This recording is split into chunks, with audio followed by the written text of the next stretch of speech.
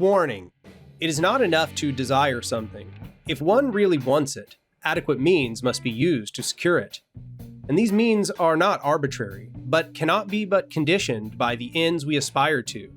If we ignore the choice of means, we would achieve other ends, possibly diametrically opposed to those we aspire to, and this would be the obvious, inevitable consequence of our choice of means. Whoever sets out on the high road and takes a wrong turn does not go where he intends to go, but where the road leads him. And that was a quote from Malatesta. Welcome to the show, everybody. Are you serious? Just delirious. 'Cause it's seriously wrong. Seriously wrong. Are you serious? How can you ever know? 'Cause it's seriously wrong. Are you serious? Today's episode of Seriously Wrong is brought to you by Achieving Social Change by Prefiguring That Change in the Here and Now. Hi, my name is Dr. Prefiguration, PhD. If we want to build the new in the shell of the old, build a world where many worlds exist, where the rulership of kings and statesmen is abolished in favor of a free associated commune of communes, where people's needs are always met, we just can't rely on the janky old political forms of our inherited hierarchical society. Oh, but I thought inverting the power structure of the current state would give us an expedited road to radical social change. No, that's wrong. It actually infects the revolutionary movement with the self-perpetuating logic and interests of the current state of things, turning it into a type of zombie, hollowing out its potential from the inside, and creates an elite strata whose interests actually align with the powers that be in this sort of paradoxical way, where the authorities of the current way of things and the counter-authorities that ostensibly challenge them have a shared interest in promoting a mutual suppression of revolutionary values on both sides and an eventual conflict where might makes right and the cruelest powers win. Damn, that sounds bleak as hell. Maybe we should just give up. No, okay, no need to give up. In fact, just the opposite. Our responsibility is clarified by this. We have a responsibility to build, in the here and now, the institutions, spaces, and cultures that would typify the society that we want to create to the highest degree possible. Okay, well, is there an IKEA-like blueprint that I can use to piece it together? Or is there like a leader that I should be following? No, well, not really. Well, we'll put some links in the description that can give you some ideas of where to start and some readings, but no, there's no like single blueprint. It's more of an iterative experimental process, and we have to come together, and it's going to involve figuring out a lot of things on the fly. But isn't that kind of fun? Like, isn't that kind of cool and fun in itself to have that experimental, open-ended, and creative process that we're all invited to be a part of? Okay, yeah. That's the spirit. Achieving social change by prefiguring that change in the here and now. Proud sponsor of Seriously Wrong. Hello, everyone, and welcome back to the Seriously Wrong podcast. We are your hosts, Sean and Aaron. Hello. And today we are joined by a very special guest, Anark.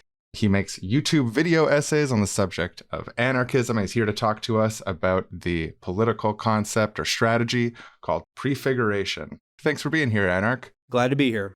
First, prefiguration is a $5 word, maybe a $10 word. Maybe some people haven't heard it. What is prefiguration? Well, it's most commonly stated in this phrase, building the new in the shell of the old. I tend to think of it as trying to build the vessel that looks the most like our ideal world as possible with what we currently have available. Right. So it's like we have some pretty big aspirations on this show. We talk about what a utopian society would look like, a fully directly democratic society, global confederated commune of communes where needs are met by a system that is dependable for the people who live on this planet and share this biosphere together. And prefiguration is saying, if we want that new thing, we have to build it now in the shell of the old thing. Something we criticized in the show in the past is this idea of revolutionary procrastination, being like X issue or Y issue. We'll have to deal with that after the revolution. It's too much to take on all these political things now. So we need to have some sort of revolution now, and then we can figure out the order of society later, figure out how to address all these different issues later. And prefiguration is kind of the alternate theory, the opposite of it, saying that you can't wait until after the revolution to tackle these issues. You need to start addressing them now. And actually, through addressing them, that can be a pathway to create a revolutionary society. In many ways, it's a response to the fact that often what would take place is revolutions would be constituted and then still had to administer society, but none of the necessary institutions had been created within the movement to actually do so, besides this extremely narrow vanguard, which then made seizing the state a very obvious thing to do. And so they begin to just fill the roles of all of the people they once despised, built a copy of the enemy system, hoping that somehow it was going to turn into a revolutionary future. But this strategy says, no, if we seek to take over the administration of society as a mass of people cooperating together, we need to begin building as many of those institutions and organizations as we can now. We can look, for example, at the CNT-FAI in Civil War Spain. You might look at that and become really interested in the Civil War aspect. But one thing that interests me about it is that there were like 2 or 3 decades of very explicit agitation and construction of these institutions, the expansion of the trade unions and their integration with democratic structures, prefiguring the system which would challenge the system as it stood. This is a lot of what the early process was of them accumulating power. And this is why now we still speak of the CNT-FAI and the Spanish Civil War, because that is what they did. And that is what made them so successful. And so what somebody from my perspective would say is, then we need everybody on board on that project of prefiguration. You're almost turning a type of leftist common sense you see on the internet on its head here, in that even in the moment of civil war where you have a rupture moment, it's not that when a rupture happens, everyone suddenly bolts to figure out how institutions should be structured to fit that moment. It's that the years leading up to the rupture and the decades leading up to the rupture, people are prefiguring organizations, democratic structures, and economic structures that give them the tools that when there is crisis, when there is rupture, and whether that's political crisis, ecological crisis, crises of need, institutions help people to weather those transitions, and they've built up this capacity, this experiential capacity of being involved with these institutions, so that even if there is to be a rupture, there could be a rupture or not in any given pathway towards a better society. But a rupture without the institutions who are ready to tackle it is a bad situation. Yeah, it should be noted that the capitalist class came into existence through a kind of prefiguration. They weren't trying to climb through the clergy and feudal lordship ladder in order to institute capitalism from above. They were just a merchant class that arose in these Italian city-states and a variety of other places. There was overlap with the lords, but they began to act out the process of profit accumulation, to practice these rituals that we now still use about predicting future earnings and all of this stuff. So if we're looking at the capitalist class, as has been done so much in history, as an example of a revolution that changes the paradigm of the system, then it appears the answer is prefiguration, because that's what they did. They began to accumulate all of these assets. They began to enact all of these wage relations. They began to enact different kinds of ownership of the means of production maximally within the conditions that they have. They essentially created capitalism by being capitalists before capitalism existed. So that's all prefiguration is telling us to do. It's telling us maximally configure the relations you wish to create in the next society within the one that you have right now, and turn that into a vessel to expand and accumulate power for the people instead of this hierarchical system as it stands. If people are going to start doing things in a radically different way, and that's what the goal of a revolution would be, is to change the way society works, you can't just do that all at once. Even if you have your perfect little rule book set of things that you think is how it's going to work, you can't just hand that to everyone and be like, okay, start doing it now. People need experiential knowledge of how democratic meetings work, or of how mutual aid organizations work, if those are the types of things we want to build the future society on. experiential knowledge of how to participate in things like this, I think, is a really big part of that, so that you know what to do and you can adapt what's already been happening. You can't just start from nowhere or start from the types of institutions in this society and be like, okay, new management in town, we're just changing it over now. It's perfectly democratic, mutual aid. Here's your instruction book. It's almost like if you've ever known someone on a personal level, maybe they got a few issues in their life they want to deal with, but they're super convinced, once I move to this new place, it's all going to be simple. I'm going to be able to do the dishes on time. I've done it too. There's this really tempting psychological urge to be like, oh, after I finish university, I think that's really what I'm going to be tackling these other things. But then in practice, if you want to change your relationship to drugs and alcohol, or you want to exercise more or something like that, the only way to do it is to learn how to start doing it, to start doing it more and more. What you're talking about, Aaron, makes so much sense of like in this political context. People always talk about once you participate in some sort of direct democratic group and you have that experience of collective decision making, there's challenges that come out of it, but there's also euphoric moments. And there's this kinship and connection you start feeling with the other people when you're making collective decisions. Having places where people get these experiences of democratic institutions is going to give them the skill sets and experience that they need to manage the democratic institutions of a democratic society, which we hope to eventually create. Yeah, I agree with that entirely. I think that's a huge part of what it is. And so it's essentially just being entirely consistent to the anarchist unity of means and ends, right? That your means and your ends must be aligned in order for you to succeed. There's a lot of justifications for why this is the case, but I think the one we're at now is really the key justification, and that is that people are conditioned by their cycles of actions. People are not these closed atoms. They are in feedback with the rest of society perpetually, and they are being formed as society acts back upon them and as their environment changes around them. So when you act in a particular way, the actions that you do, you generally don't want to think are bad things. Right? You don't want to have this constant feeling of guilt and remorse. Therefore, you tend to justify what you are doing as you act. You're conditioned through acting internally and externally. So what then anarchists have always advocated is that our actions need to create within us that internal conditioning, internal justification system for doing the right actions, for doing the things which could actually achieve our future world. So this is the internal aspect, but there's also an external aspect. That is to say, the structures that we build are also in feedback with the rest of the world. If we build a hierarchical structure, that hierarchical structure is going to impose hierarchical ways of being upon the world that it's in. Those who are inside of it also have this hierarchical way of being imposed on their minds. And therefore, when we build structures, we need to be building structures that will not only make those that are within them assume this new way of thinking, this maybe horizontal or anti-hierarchical way of thinking, but they will also interact with the rest of the world in a way which is consistent with these desires and values. That reminds me of, I read this book by a specialist in addiction, Anna Lemke, recently, and she talks about part of the recovery process for people who are severely addicted to things is committing to honesty to the highest degree possible.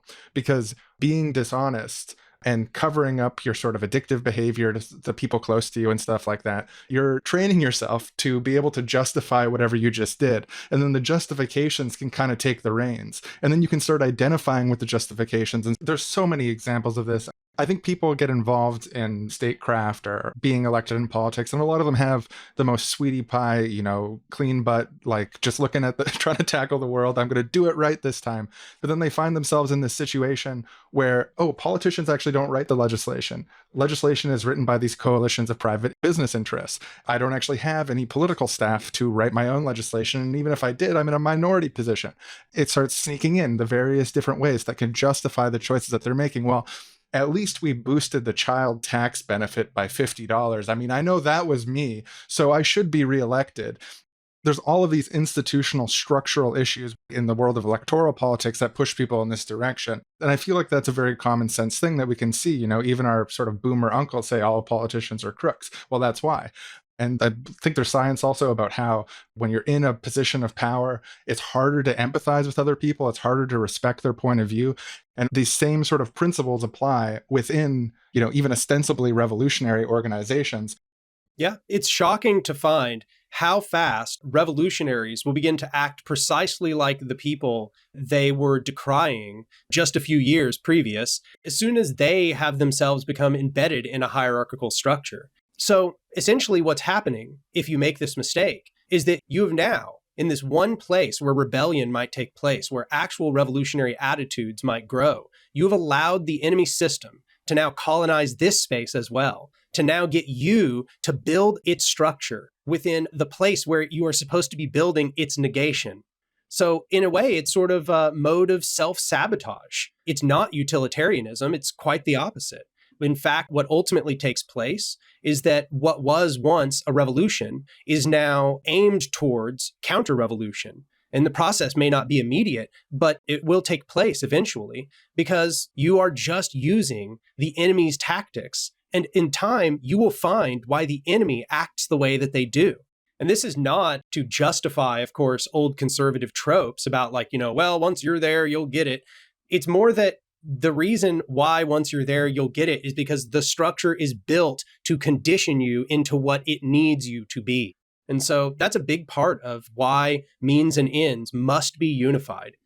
The unity of means and ends thing has always been really compelling to me, even before I had been introduced to a lot of these concepts about how a sufficient patchwork of different prefigurative actions could sort of form the training ground of revolutionary citizenship and the citizenship of some future society. On an intuitive level, when you talk about doing something horrible for promise of some sort of eat your vegetables now and get dessert in the end kind of thing, but the vegetables in this case is some sort of inhumane act that would abridge your very humanity by participating, I think it's a very reasonable question that could be shared among both the Albert Einsteins of the world, but also the children of the world would have that question as well, because it seems a little hypocritical and strange. Why would you do something horrible if you like good things?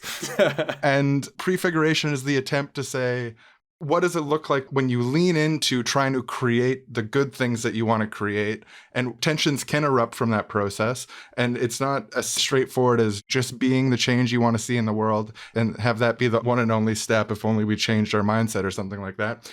But rather that there's a material process of these feedback loops where by participating in these processes towards trying to create the ends that we want to create in ways that are consistent with the means that we're using, making significant progress through our actions towards actualizing the world we actually want to live in. For example, we think it's wrong for children to starve, so we are creating a plan which feeds children. There's no obfuscation, there's no look over here, will I pull something out of your back pocket? No waiting until after the rupture to start doing that or to start creating these institutions. Just pinch your nose for the next decade. Today's episode of Seriously Wrong is brought to you by revolutionary procrastination. Are you a cool enough, tough enough revolutionary to procrastinate? Yeah, a revolution is a faraway ideal to judge things against while sitting on our hands and going on twitter.com. Do you feel the constant weight of alienation depriving you of all happiness and fulfillment? Well, just wait until the revolution comes, then we'll worry about that. You know, I was thinking about getting some therapy because I keep on mistreating the people around me in my life and I'm not very reflective about it. But I was thinking, after the revolution, it will be easier then. Yeah, it's just an uphill battle now. Is your water table being poisoned by oil leaks from that new pipeline coming through, built by that mega conglomeration that controls the planet? Well, you really shouldn't worry about that. There's no ethical consumption under capitalism, so just pull up to the tap and have your fill. Fixing it now would just prop up the system. Soon the rupture will come. Are your dishes dirty in your sink? Don't clean them. Wait for the rupture. The Revolutionary People's Dishwashing Brigades. Clean better than you can even imagine under capitalism. I feel the same way about flushing my toilet and cooking dinner after the revolution. Don't wipe your butt. Wait for the Revolutionary Butt Wiping Brigades. You'll never have such a spotless hole. People say we have to fix climate change. I say impossible under capitalism. We'll do it after. Look, it's not that it's not important. It's just a little down the list. People say we need to fix racism, sexism, homophobia, ableism. And it's like, those things are all part of capitalism, so just leave them for now to the side. We'll do it after. Definitely not worth worrying about right now. It's just a distraction. Please have patience. There will be a more convenient season for all of these things. Once we take the reins of the military and police, once that revolution's done, we promise. Over. Revolution is the point in history when all the bad things change into good things. So expecting us to address the bad things now is incoherent. Waste of time. Doesn't even make sense. A lot of people, they understand that revolutions are a very short time where a lot of things change, but they have this misconception that it could be as long as an hour or even a minute.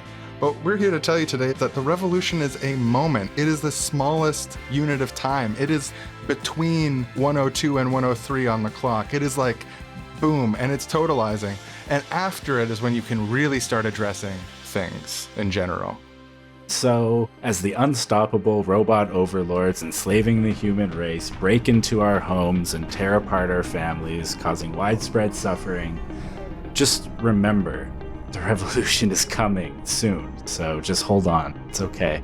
Capitalism's failure to deal with this alien invasion is only heightening the contradictions. Have patience, comrade. The dialectics are turning. I hope the dialectics are turning. They are. Don't worry.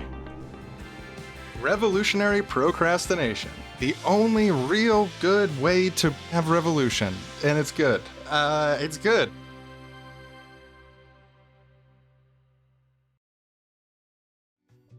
Seriously Wrong is a big-hearted, above-board, do-gooder show, a research-based utopian comedy podcast that we try to make funny and informative every episode. We love doing Seriously Wrong. It takes a lot of time to research, write, record, and to edit. So if you'd like to be part of supporting independent creators like us to make the best content that we possibly can, your monthly donation of just $6 a month, that sweet six, can make a huge difference. We are an entirely listener-supported show. We turn down offers from advertisers all the time because our listeners are awesome and they're generous in supporting the show, and advertising is a form of mind poison. And that Sweet Six will also get you access to our bonus episodes, a Discord server. We run a listener book club and reading group, reading and discussing theory, and you also get our episodes before anyone else. Your contribution will help keep Seriously Wrong going for 1,000 episodes. That's what the projections say, that we could get to 1,000 episodes, and that after 1,000 episodes, I don't want to make any promises, but maybe I will. Maybe I'll just make the promise that if we hit 1,000 episodes, there will be 10,000 years of world peace. That's just objectively factual. That's like talking to a doctor. Like, that's what a high level of epistemology we're dealing with. And that's a promise. That's a guarantee. I guess a question for you, Anark. What would you see as the main pieces of prefigurative politics through a revolutionary frame? How do we begin to construct the prefigurative revolution? Well, in the video I created, Constructing the Revolution, I laid out what I call the 4 pillars: councils, economics, defense, and intelligence. These are the 4 broad categories of prefigurative institutions that I think need to be built. Each of these, of course, contain a huge amount of detail, a huge amount of variability, and there's a lot of different things that could be built within each of them. And I think every project will need all of them in order to succeed, but different projects may emphasize different parts to begin with and as they proceed.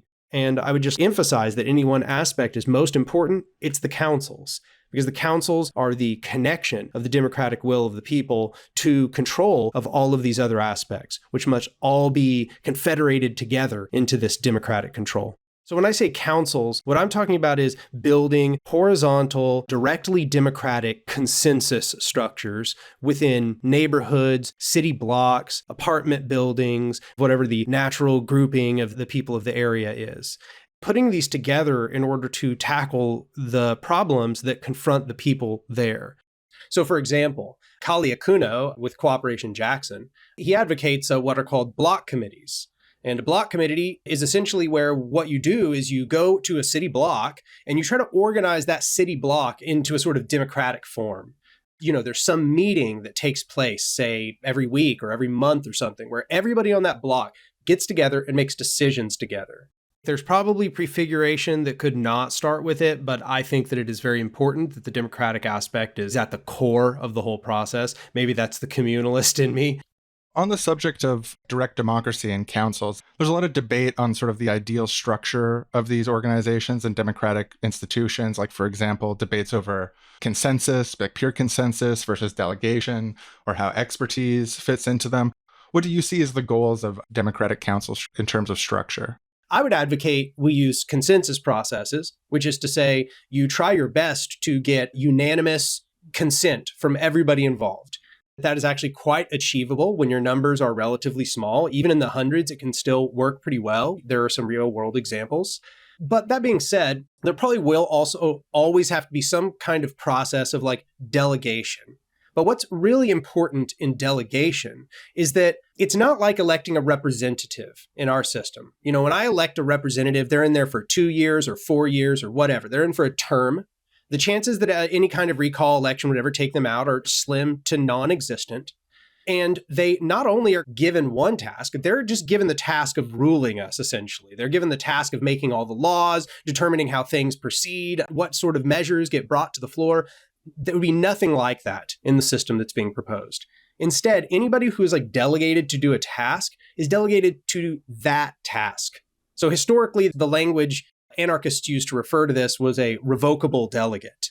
But they also often talk about how it's temporary and revocable. That is to say, the delegate is given a task. And once that task has been completed, their delegation status is gone. So what this does is it allows these organizations to be flexible, to get things done, to make sure people that have strengths are able to use those strengths, but also such that people that have strengths aren't just given like de facto power over everyone else. So these are just some of the details I would say are very important in the project.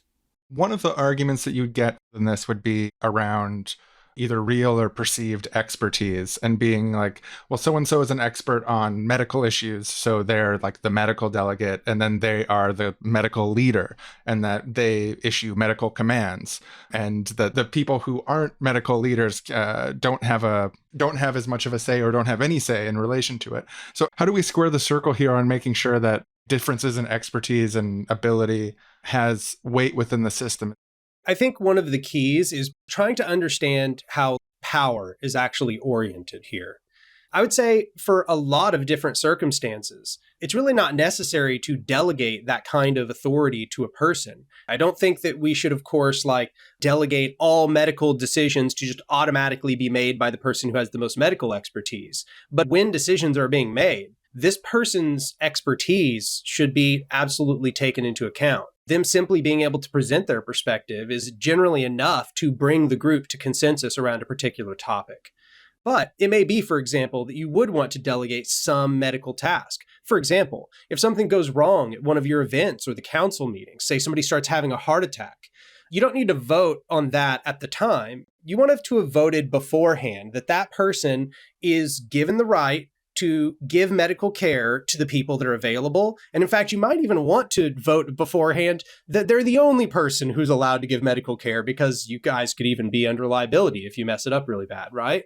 So like there are examples where you might want to give somebody some sort of like de facto control over a process. For example, they're a medical professional, let them actually carry out any medical procedure that needs to be done. But when it comes to making decisions where medicine simply bears upon the decision, I'd say it's probably wiser to just have the councils decide on it with the expertise of the medical professional given to them.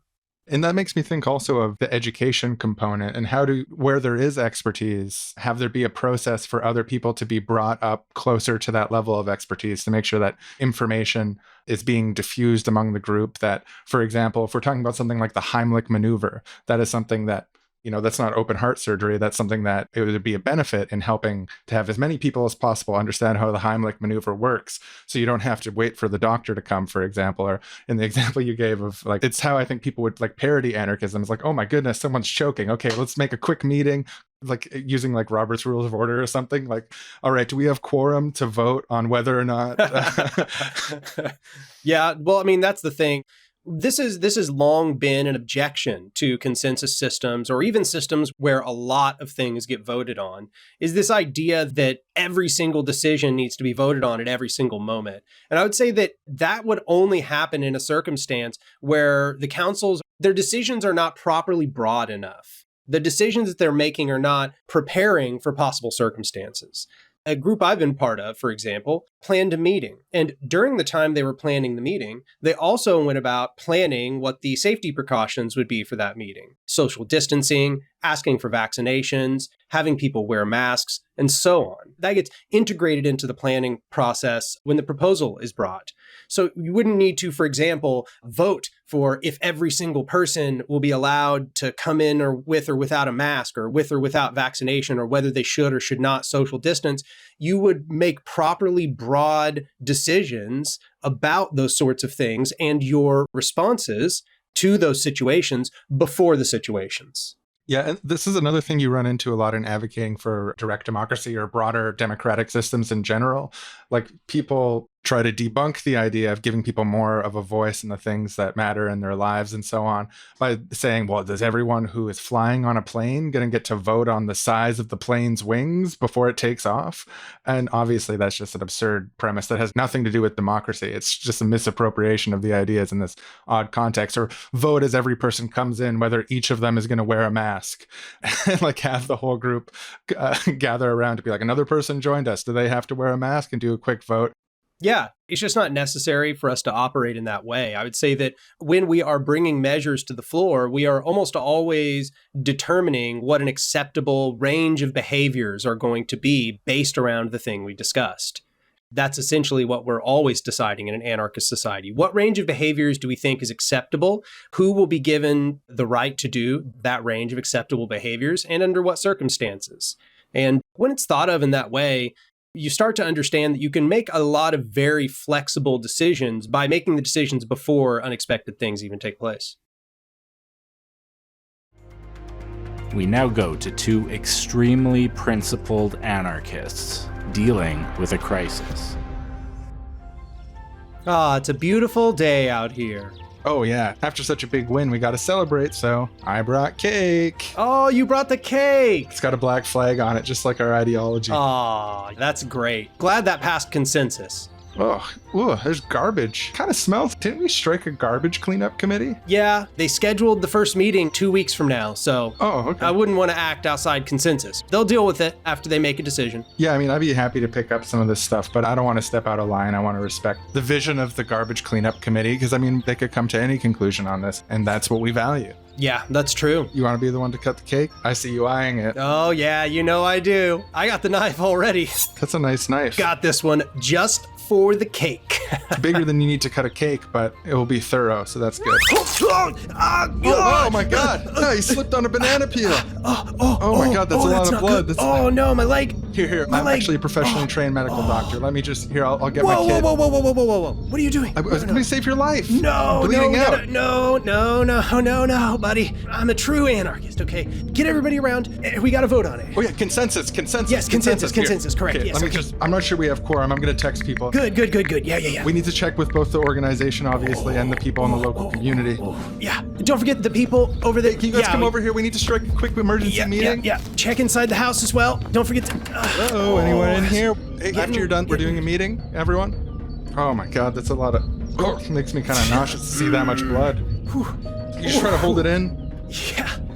That's a big knife. It is, yeah. 7 minutes later. Okay, everyone, so we're seeking emergency authorization for me to do hierarchical authoritarian first aid on our comrade here bleeding out. Is there any other outstanding business that people want to talk about really quick? Yeah, I'd like to talk about report backs about the zine, and I think we really need to talk about that before we move forward. Sure, yeah, by all means. Okay, so as we were talking about at our last meeting about the meeting, the zine should be coming out in 2 weeks if we can pass consensus on the last 3 articles. 2 minutes later. So what I'm saying is the zine, I know it's been a big point of contention, and a lot of people have had a lot of problems with the third and the fourth articles, but I really think that we're going in a good direction. That's great to hear. Thank you for that. Any other report backs before we vote on the emergency motion to temporarily strike a one-person first aid committee to help our friend here bleeding out on the ground? Any? Yeah, I was just wondering, it just seems like there's a lot of garbage. Can we get that garbage cleaned up? It's stinky. Yeah, there's a committee struck on that, and they will be dealing with the garbage after they're able to go through the appropriate process. It's stinky. I know, it is stinky. Thank you. You know what? I'm just going to call a vote quick. He is really pale in the face. You still with us? Hey. Getting a little woozy, but we're doing the right thing, buddy. We're gonna get consensus. It's coming. I can feel it. Trust the process, baby. Okay, everyone. So do we all have consensus that I can issue life-saving first aid to our friend bleeding out on the ground from self-inflicted knife wounds? Block. Gonna have to block on that one. Wait, what block? Why are you blocking? I mean, everyone else is raising their hands. I mean, I don't know, like, if we set this precedent, I mean, he's never gonna learn to not cut his own leg. He's never gonna learn to repair his own femoral artery. I don't know. That's a good point. If you give him the first aid, give a man a fish he eats for a day. Teach a man to fish, and then he's got actual self-determination. He can repair his own arteries in the future. Yeah, wow. I value that feedback. He is not going to be able to learn or do first aid based on the amount of blood loss we're seeing here. It is emergency. I think I should really just do it. I am a trained doctor. I do know what it's going to take to save him. It is going to be touch and go, and I need to get in there now. So I would just request if our blockers could just this once, just let's go to consensus on this as quick as we can. Can I put myself on stack? Oh, yeah, by all means, by all means. I mean, you're bleeding out. Yeah, I'm getting real woozy, and I'm seeing stars. And I think, we really gotta value the dissenters on this. Maybe I should. I do value the dissenters. I just think I actually have the tools here. I'm ready to go. Oh, I'm seeing the light. Can we get a consensus, please? You did the right thing. I promise. This was the right thing. You did it right. Sock, no! Whew. All right. Does anyone want cake? I think we're going to need to get consensus on a new cake cutter. Yeah, the lack of consensus on the first cake cutter led to huge problems. It was never even asked. That's true. Now one of us has to take the corpse to the coroner. All right, let's try to strike a corpse dragging committee by raising hands. Who feels willing and ready to do that, has the time and energy right now? No one? Yeah, everyone's pretty busy, it looks like. Not a lot of... okay. And that was how principled anarchists handle a crisis.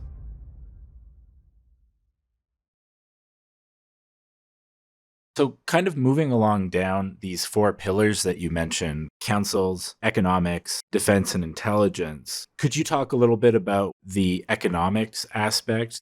Yeah.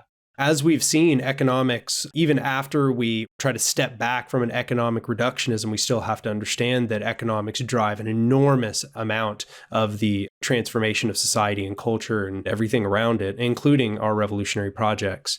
By economics, what I'm talking about is both fully communist economics, like gift economies, actual mutual aid distribution, but also I mean things that are the protective belt of the project, you might say, things like cooperatives and community land trusts, which are going to be necessary for this to interface with the rest of the world.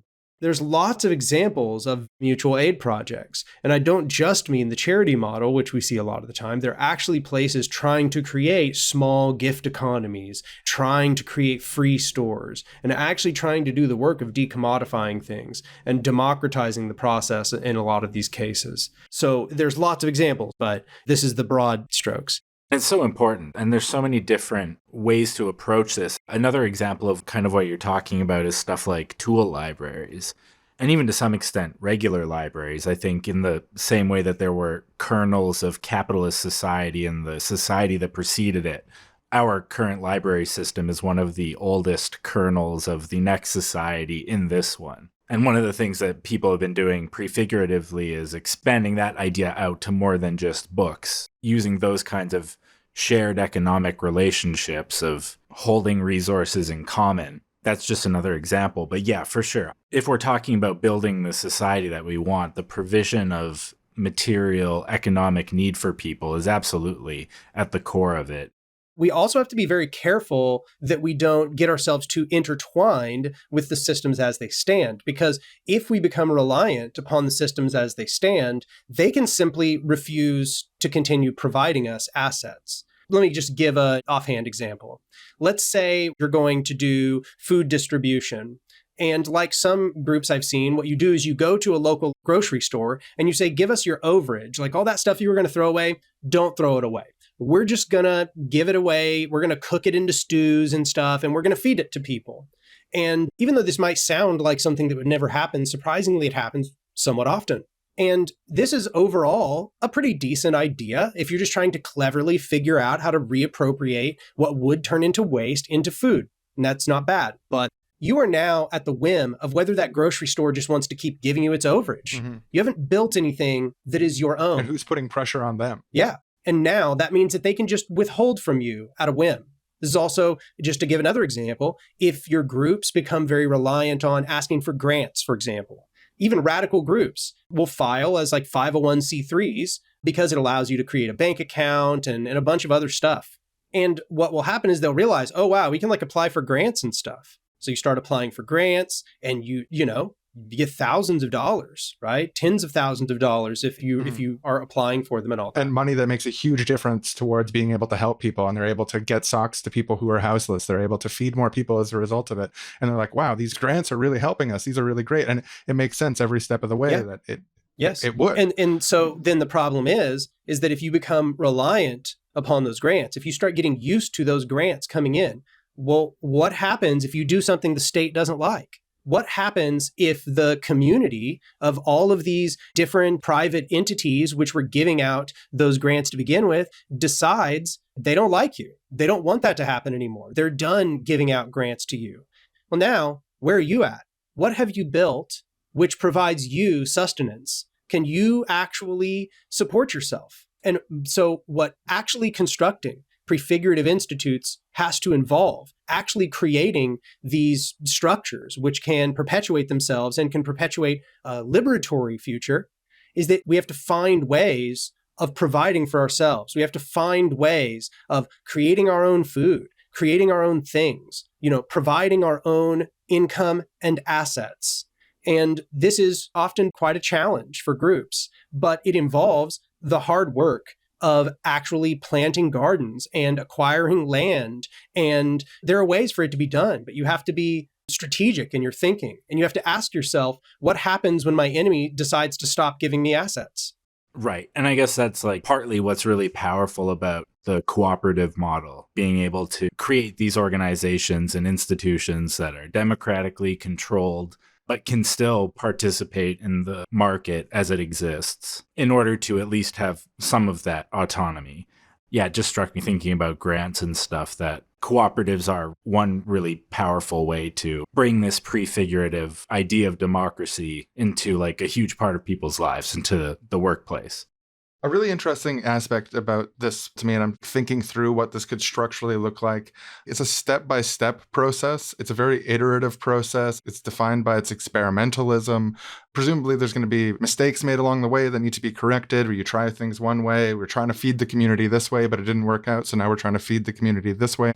And that all seems very reasonable. With those emphases on the economic decommodification of necessary goods, creating institutions that help people to be housed if they need housing, make sure they get the food they need, make sure that food is being produced in the community and that food is being distributed to those who need it. You can create institutions that can fight poverty in your community and can give people education, help people learn things and stuff like that. That's all also tied in deeply to these democratic structures. Democratic structures are themselves an educational institution through the participation in them. I was just wondering, Anark, if you could elaborate a little bit more on how institutions of direct democracy and institutions of the provision of need might interact in early stages of building prefigurative institutions. Yeah, I think this interaction is actually one of the most important of any of those four pillars. it seems to me that one of the most important parts of these cooperatives is that they're not just cooperatives alone, right? They're not just thrown out into the economic atmosphere in order to compete as just cooperatives against, say, corporations. Because in that occasion, they are very likely to backslide into essentially just being a worker-run corporation, behaving like one. I think it is very important that they are instead enjoined to the councils. This requires, a lot of the time probably, that the councils are going to be the people who start the cooperatives, and those cooperatives will have within their charters that they are linked to the councils. There are formal processes by which this can be done.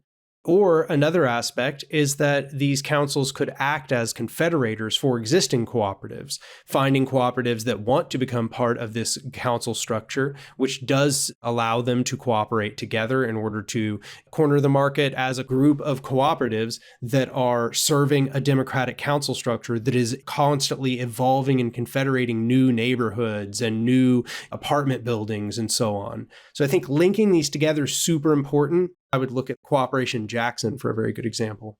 Oh, yeah. Do you want to talk a little bit more about Cooperation Jackson?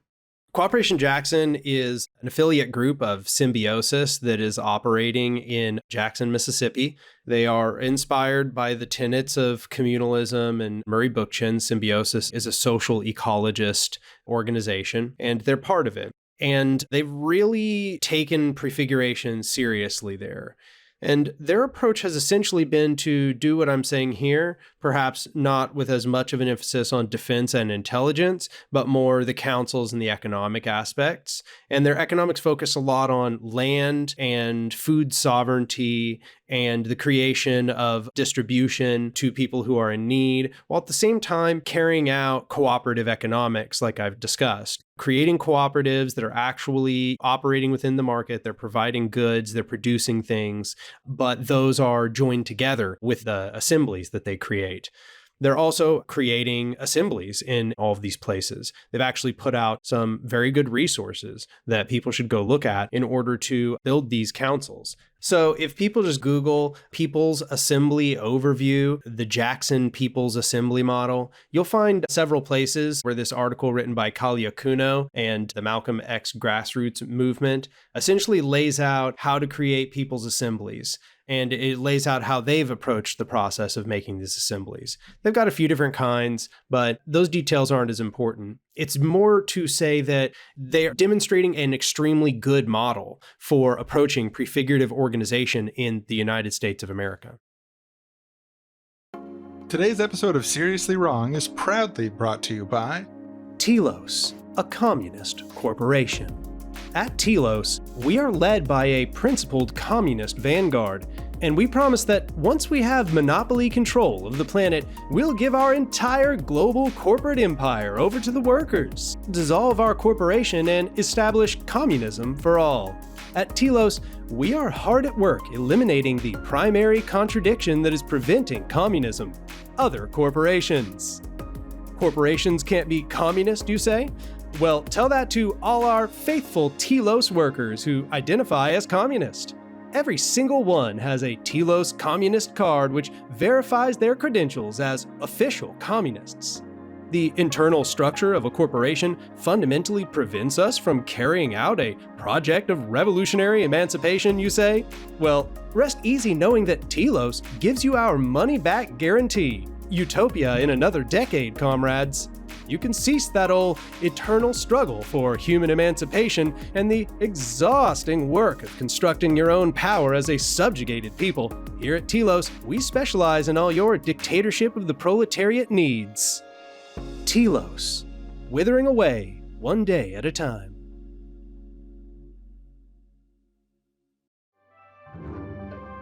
We now go to Sean pitching a sketch to Anark.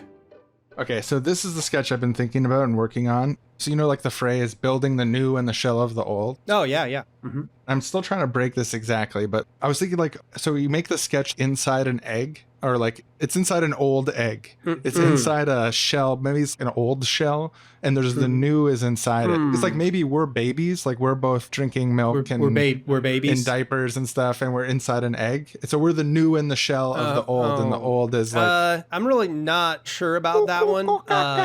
I'm inside an egg, old egg. And then we could both do that. Yeah. I'm the new.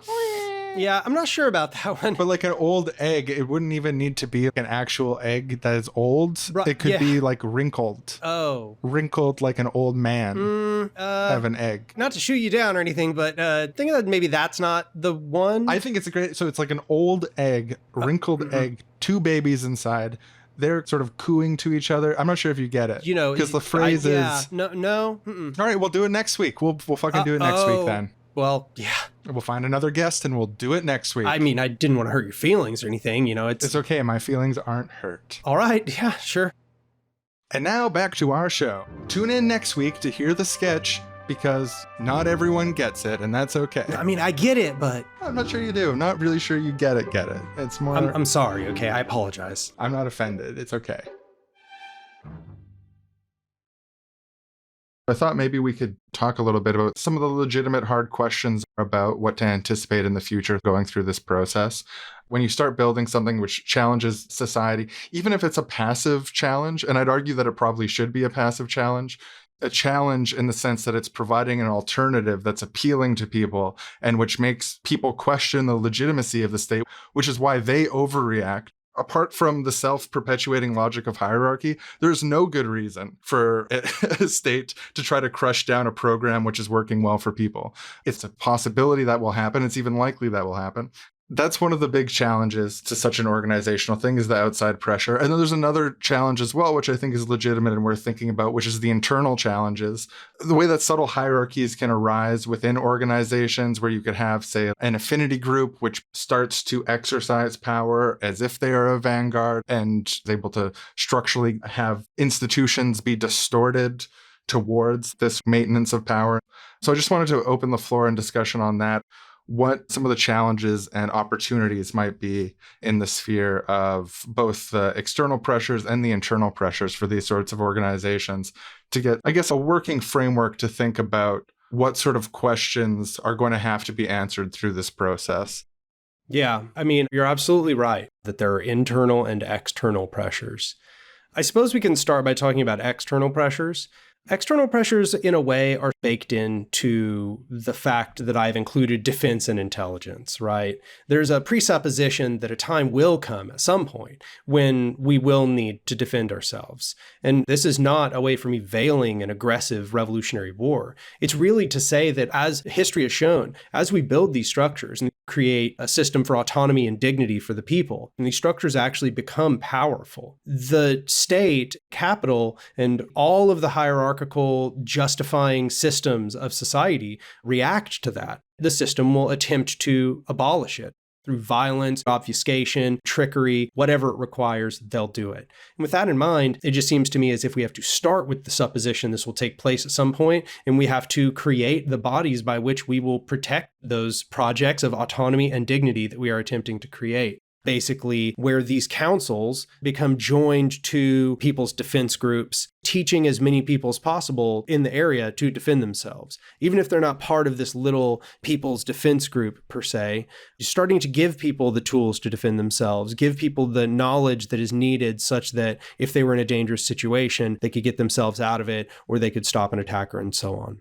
But the question can present itself if the military or the militia body or the body of violence decides it does not want to listen, it really just has the power. It doesn't have to listen, per se, such as when military coups happen in fully established states. The biggest solution to that fact is that the council is the militia. That's the big difference. In a state, the two are separate. You have essentially a military, and then you have the state as it stands. And the state has the military inside of it, but the military commanders are not writing legislation, and the congressmen are not commanding soldiers, and so on. And what that means is the military is sort of a distinct body that can just simply revolt. Whereas in the councils that I'm advocating here, we're also trying to educate everybody on those aspects of self-defense, regardless of their age, gender, abilities, or so on. We're trying to find what they can do. And in this way, we're hoping to eliminate the compartmentalization such that a revolt of the militias doesn't make much sense, because that would be a revolt of the councils themselves, in which case the councils could simply vote for XYZ. Now, of course, that's not to say that that's airtight and it's absolutely perfect and that there's no risks involved and that can never go wrong, but it's at least the corrective that has been put in place in the model that I'm proposing. I like the framing of this as a source of internal pressure on these kinds of groups, because there is a kind of tension between talking about militias and stuff, and at least like what I would consider a utopian vision of the future. I'd rather there be very few militias because we're not constantly fighting with each other. Maybe that's too utopian. I don't know, but I think the corrective of spreading out self-defense knowledge and not having the military be a cordoned off separate entity from the main political body that we all have direct control over are really great ways to address some of those internal pressures. I think that we want to be careful about the sort of blurry line between where preparing for defense can become a type of offense or intimidation. Like, I think it's okay to get defensive when we need to, but our primary stance should be one of openness and willingness to work with others and diplomacy and really leading with that stuff. And I think that, especially in a lot of the political contexts that I think people listening to this will be in, I would think it'd be strategic a lot of the time to follow the more cooperation Jackson route and de-emphasize or not pursue these two elements. Because a lot of the time I feel like a sort of fascination with guns and imagined conflict with the state can become a distraction from those other things that I think are more central. Building those social relations and economic relations that we've been talking about. Yeah, I think with that revolutionary Custerism too, a lot of normal people, less political people, see that sort of stuff and it makes them not want to get involved. If you see an organization be like, hey, come join us, get into the sniper scope of the state with us, there's 10 of us. It's not a really appealing offer to anyone. But if you're saying, hey, your kids are hungry and we're going to help feed them. You can be part of this process of not just feeding them, but feeding others. You can be part of this process of getting educated on tactics for protecting yourself in ways that are non-lethal or allow you to escape. Those sorts of things are appealing to people, I think, and something that people can be really empowered by, or stuff like cop watches, where you have abusive police forces who are being brutal. It's not even a matter of fighting or punching the police or whatever, like having shootouts, that's defense. Defense from hostile police forces could be as simple as watching them and broadcasting it. And that sort of defense intelligence matrix can be the basis that, again, people's direct democratic organizations to defend themselves can come out of. The real challenge to the systems that these prefigurative strategies can make aren't necessarily the challenges of the direct conflict. You want to be able to throw up your hands and be like, whoa, we're just feeding kids here. We're not doing anything fucking weird. Anti-state groups with guns don't always have necessarily good ideology. The society that they might want to build might not necessarily be a society that your average person is going to be that interested in. But putting the focus on feeding people, helping people, building democratic institutions, if you're also talking about self-defense and conflict with the current power structures, when people see that, they see that in the context of it's to defend this. It's to defend these democratic structures that we're building. It's to defend these economic mutual aid institutions that we're building. This is the reason behind it. It's not just that we're against what is. It's that we want to build something new and we want to keep it safe. That's what defense is for. I agree with that 100%. It gives people something to actually want to defend. We've actually provided something to people. Instead of just hope of a better world, we're showing them a better world. We're saying, look, we will begin the repairs now. We will no longer promise you liberation in a far future after long insurrection. No, let us begin now to see what can be built. It's interesting to think, too, of like the variety of different types of attack that you might get, whether that be saboteurs on the inside, ostensibly.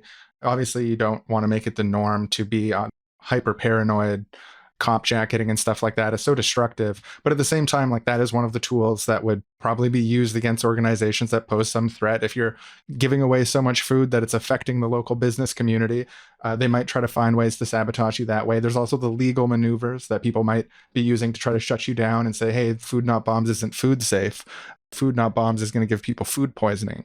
But it makes me think about how one of these sort of methods of self-defense against these institutional things then requires to, whether or not you think that it is prefigurative to do so, to try to find anarchist lawyers who are willing to help you navigate the situations of being under legal attack. Whether or not in the final society that you want to create, you want to have reserve armies of lawyers fighting it out with each other, there is a pragmatic requirement. Yes, and one of the things is that you need to be prefiguring with an understanding that you cannot perfectly model the future society. All prefiguration is making some sacrifice against necessity. We are not literally creating communist relations in everything we do. We are creating a bunch of best approximations that we can do. That's the maximally component, right? Something I thought was really fascinating and interesting and kind of provocative in one of your videos in Constructing the Revolution, where you talk about the possibility of intelligence, not just in terms of group education and so on, but intelligence in terms of making nested groups of people who are specializing in, threat analysis and the sort of things that we'd attribute to statist intelligence agencies in a context that is horizontal, anarchistic, and in accordance with the confederated values of this organization. I guess my two questions are, what do you think is the baseline necessity of this? And secondly, how do you prevent something like that from being something that can become, say, like a self-perpetuating institution of information control and command, rather than being something that is in service of the institution and organization? I think that intelligence is one of the hardest ones. Because there's two aspects to intelligence. And that is, you kind of need a committed counterintelligence. You need a people that are going to spend their time going to work, trying to surveil the enemy system and gather the data that is needed in order to properly go into conflict with that system. And in that capacity, any established intelligence body, it's very difficult to both maintain its safety, because it needs to be kept safe, and it needs for all of its information to be able to be compartmentalized so that it can hold on to this information so that the enemy doesn't find out what it knows, so that they don't know, what they don't know, and so on. They need to have that compartmentalized so that that information doesn't leak out. Well, that's a problem, because the councils are supposed to be in control and are supposed to be that agency themselves. The democratic structure is what keeps these things from functioning by their own desires and not by the desires of the people. Now, as far as like keeping the intelligence agency from becoming a shadow government all by itself, I've spent some time trying to build a structure where those people can constantly be held accountable. And that involves delegating people to do audits of your intelligence.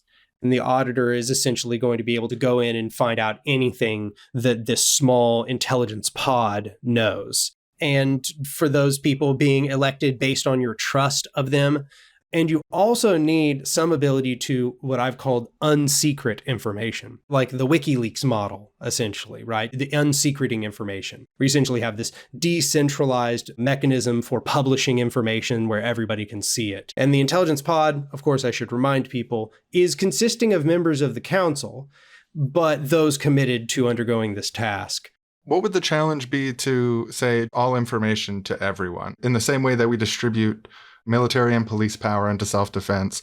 Is it possible to distribute intelligence services into people's intelligence? What are these secret things of strategic importance that can't be shared? I assume that there is a good answer to this question. It's not coming to mind. Most of what we do is totally going to be fine to convey, and the vast majority of it is going to be completely above board. But if it does come time when we are in conflict with the state, we're certainly not going to want the state to know what the movements of our resistance movement is or where the safe houses are. You know what I'm saying? Mm-hmm. There's a variety of things about our movements and the things we're doing that we need to keep safe from the state, because the state cannot be trusted with that information. So there is a delicate trade-off that has to be had when it comes to military affairs and it comes to the strategizing for one day needing to defend a project, where you probably will want to keep a significant number of things secret from the state because the state is just not trustworthy. Intelligence services, they're a bullshit job by one of Graeber's definitions, which is that you only need them if other people need them. If you're in a competitive environment where there's intelligence, subversion, spycraft and stuff going on, then you need some way to at least defend yourself against it, if not participate in it yourselves.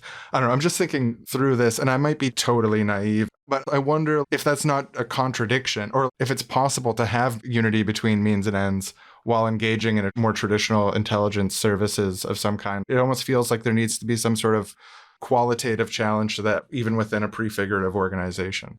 Yeah, I mean, it should be said, this takes a lot of different forms. Some of them are not very controversial at all. For example, there's lots of anti-fascists who are just doing research on who the local fascist groups are in their area, finding out who the members of your KKK or your Proud Boys or whatever, finding out who those members are, trying to stay aware of their actions and behaviors and their intentions and following their social media and reporting the information that you find to people who might be at risk and things like that. Those are all already taking place. It'd be a decent example of the sort of thing that you might want to carry out as we speak. I feel like there's overlap here to thinking about privacy, because even in informational commons, that doesn't necessarily mean that everything that's in your diary everybody gets to read, or every photo on your camera roll is public information now. I understand those are pretty qualitatively different things from the type of intelligence that we're talking about here, but I think having social understandings about certain types of information being allowed to be kept secret is not necessarily inconsistent with any type of ideal that I hold, especially we're talking about the location of the safe houses or the fact that we have the plans to the Death Star. I feel like defining boundaries where if the council knows what it doesn't know, like it knows that it doesn't know the location of the safe houses, but that the intelligence pod knows that. I think there can be a defining of boundaries of what types of information can be kept secret on a societal level, and enforcement mechanisms like you're describing with the auditor or auditors, councils or whatever, defining what information is public and isn't would be a continuous process. These aspects of trust and secrecy are so important in the intelligence component, but I would say more broadly as well. Secrecy is a form of power. It's gatekeeping of knowledge. I do plan to actually inspect the concepts of trust and secrecy at a later date, precisely because you'll notice the challenge of thinking about these ideas and trying to delineate these appropriate boundaries and trying to understand what appropriate boundaries for privacy is, or what is privacy on a broader scale, privacy of your organization and privacy of what sort. These are all challenging topics. See, and my instinct is always to say all information to everyone. It's an old hacker phrase, I think, stuck in my head somewhere. But at the same time, I feel that way, but that's not so all-inclusive of all information to everyone that I think on your ID next to your face, there should be a picture of your balls also, because it's other information that people have a right to. Yeah. There's no such thing as DMs, only M's that are publicly available. Yeah, but I think this is a really important question to continue unpacking and looking through these ethical lenses of decentralization of power, democratic participation, and individual autonomy and freedom, and thinking about the most basic forms of people's intelligence organizations that you would form today and what structures you could do now, and thinking of that as a trajectory with continuity towards what sort of intelligence structures would exist in an ideal society, which might be the abolition of intelligence organizations per se as we know them. There could be any variety of ways to think about this. I will say, I don't believe in a perfect system. I don't believe in anything that is bulletproof, right? I don't believe that anything doesn't contain flaws. I think everything contains some flaws by its very nature. When I propose these systems, what I'm attempting to do is propose what I think is the best possible system that I can see for the conditions. Not a perfect one, but one where the failure points are least disastrous. We've built in the maximal degree of safeguards and responses that we can. And if we carry out the process as it is stated, we would hope for it to produce the ideal outcomes. There totally could be failure points, especially in defense and intelligence. I think that's an open question as to how we organize those appropriately. So I agree with you that there's a little bit of tension in this concept. And what I would really like to see is more people put in some legwork trying to develop answers on this, because I feel like at the moment, it's just a topic that I have brought to the fore. And I would like to see other people discuss this and come to their own conclusions on what our approaches should be on that. Well, and I thought your video on this subject, and other subjects for that matter, but your video on this subject is just brilliant. And the question of thinking about intelligence and being inspired to think about it, it's a really fascinating thought shape that I hadn't engaged with before. What was there was an example of an anarchist intelligence collective that you mentioned in that video as well, right? Yeah, the Kontrrazvedka, which was the intelligence in the Ukraine during the anarchist revolution that took place in Ukraine at the same time as the 1917 revolution that was taking place in Russia. And with a friend of mine, we sat down and we worked out how this intelligence might work while still having the necessary components to function as an intelligence agency. And we laid out this system, we created this model, and then we read this book about the Kontrrazvedka, and we found they had come to very similar conclusions about how you balance the means-ends unity of anarchism with the necessity of resisting infiltration and getting good intelligence on the people who are a threat to you and the threat to others. And the Kontrrazvedka turns out to have a very similar structure to the one that I give in the video, even though I had not read in depth about the Kontrrazvedka beforehand. Another really, really brilliant thing that you mentioned, Anark, is how we try to deal with these external problems is the source of the internal problems. It seems pertinent to explore some of the ways we prevent people from using external threats as justifications to build their own power. Organizations of small groups of people who are inferred with some group legitimacy to keep secrets about keeping secrets, about keeping secrets. And then you could have the result of that everything we'd be worried about seeing in a vanguard organization. We decentralize self-defense, but we retain a small group who are dealing with intelligence. Or maybe we abolish intelligence, then we get a small meta group, the intelligence intelligencers, the people who really manage the intelligence that everyone's doing. And then all of a sudden, that's the place where the hierarchy can emerge. Or you could go even further and be like, all information to everyone, but librarians are really in charge of what information is going to come up first when you're searching things. So that's where the threat of power centralization, the threat of withholding information that's pertinent to people's lives is. I think you're right, Anark, in that we're always reaching for this next plateau of figuring out how can we do this a little more ethically? How can we preclude the challenges that are arising or could potentially arise? Hopefully anticipating a potential problem and cutting it off at the pass before you have to deal with the totalitarian librarian society. You can actually preclude that from happening by anticipating the next little while. I think these are some of the most pertinent and hard questions in addressing this. And I think the ones that we're most likely to hear. But I think we're not setting out to do all of this because we think it's the easiest thing in the world. We're not having a describing easy things contest. We're talking about what we think is right. And so what we think is right is often going to be not easy. So I would invite everyone to join us in thinking through how can we remain consistent in our principles going through this trajectory. It's a really, really worthy place to focus time and attention. Nice.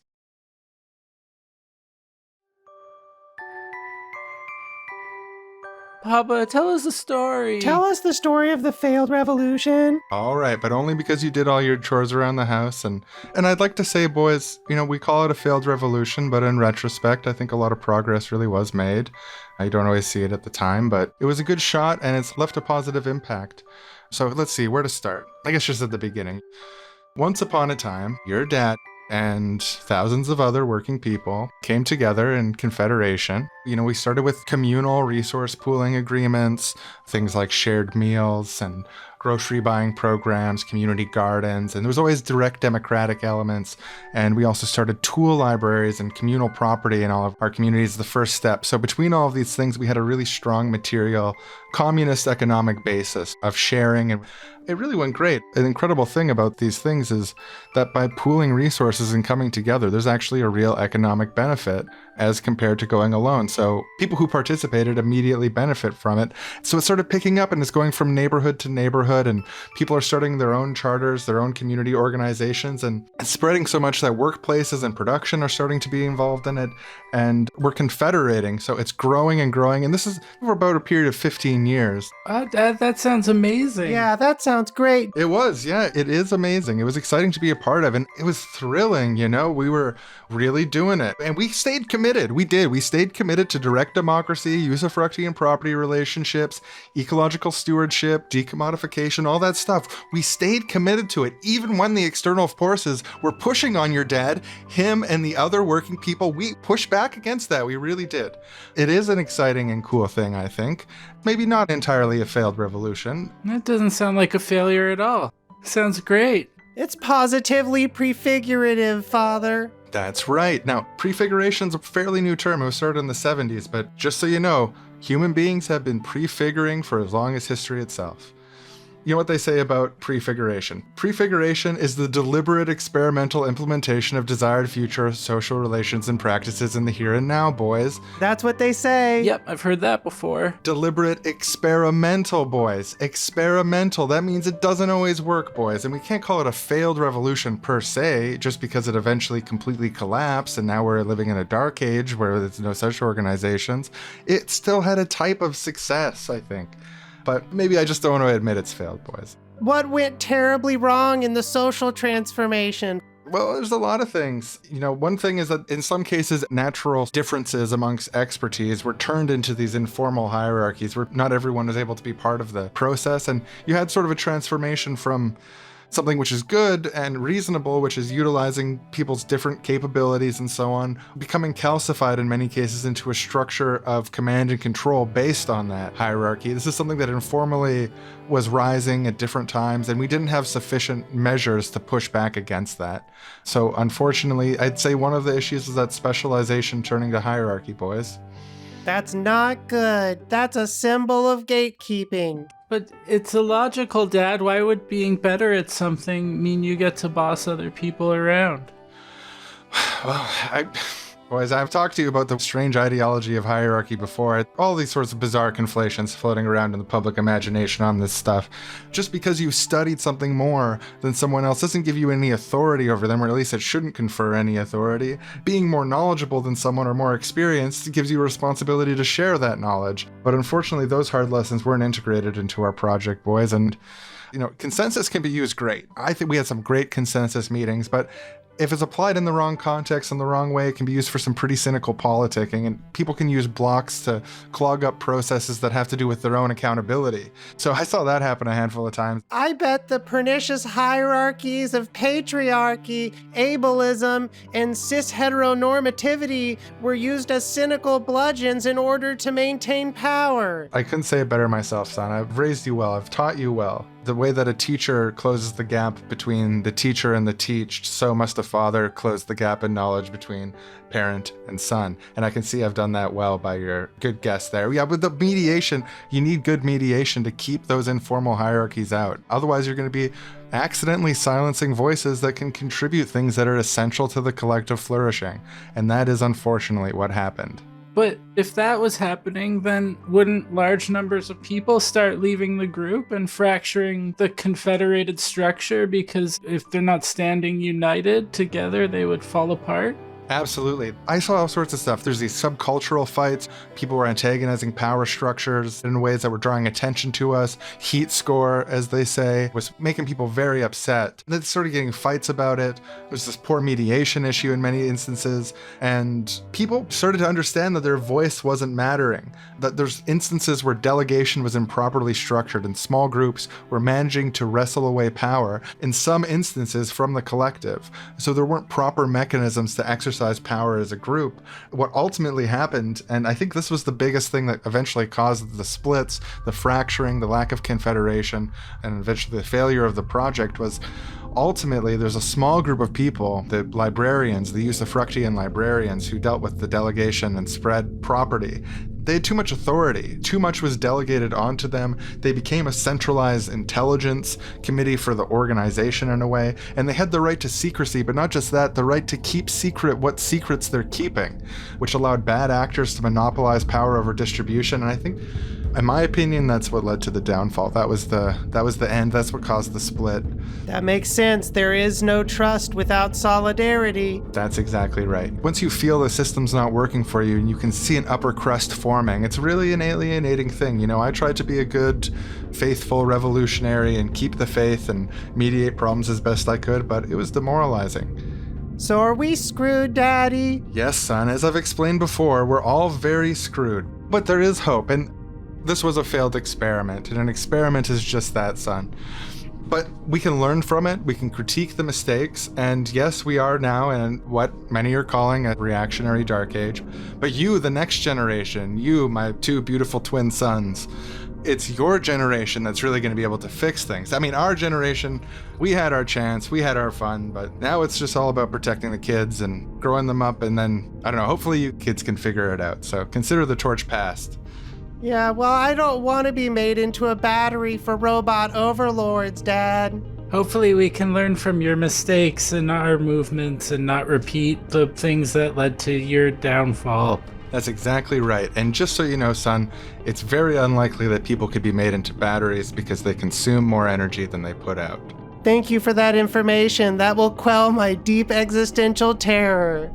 If we're ever enslaved by the robots, it won't be as batteries. It will be as laboring subjects. What a comfort. Thanks, Dad. Thanks, Dad. All right, well, that's enough stories for one night. You two get into your bunk bed there, one above the other, and Daddy's gonna go downstairs to watch the TV from the dominant society. It's a guilty pleasure. That sounds very bad, but enjoy. Don't be too hard on yourself. I'm going to do the same tomorrow. Ah, yes, my two sons, my two revolutionary sons, our last hope.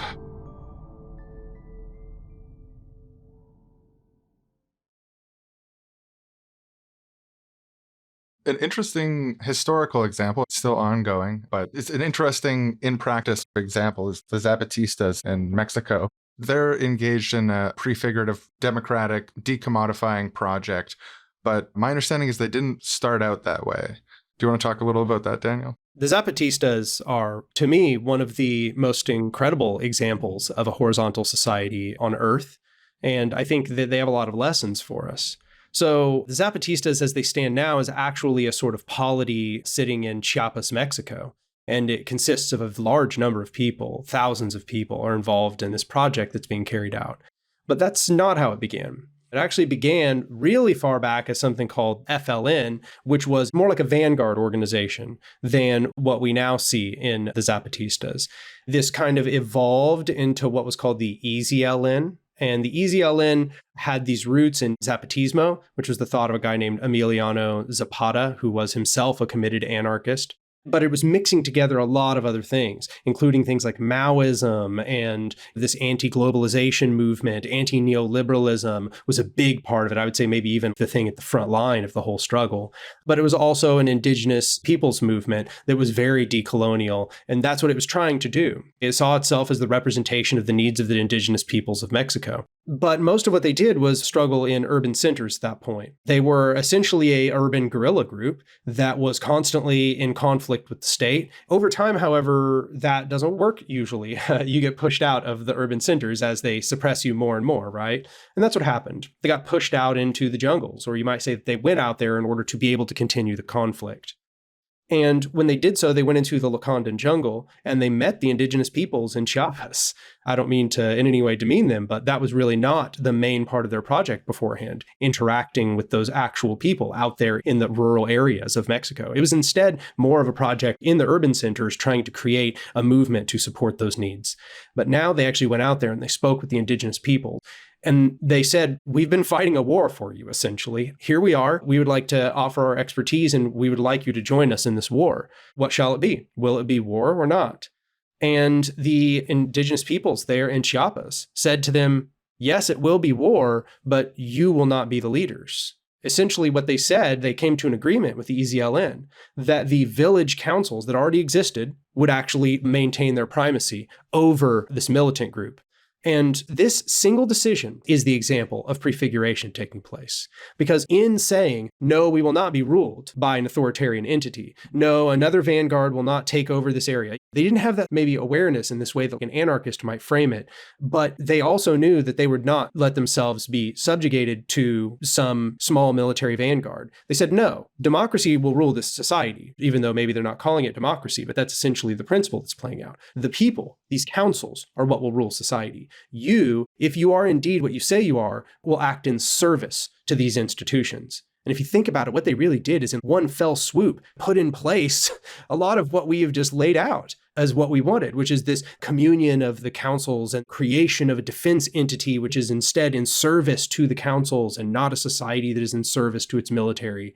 And in this process, they essentially created this dual power structure that is very much prefiguring a future society in a way that very few other places on Earth are or have ever, at least in the era of capitalism, I suppose. Another prominent example of this also starts out not as a prefigurative project like Cooperation Jackson, but as something that has more of a political vanguardist nature, and that's the Autonomous Administration of North and East Syria, aka Rojava.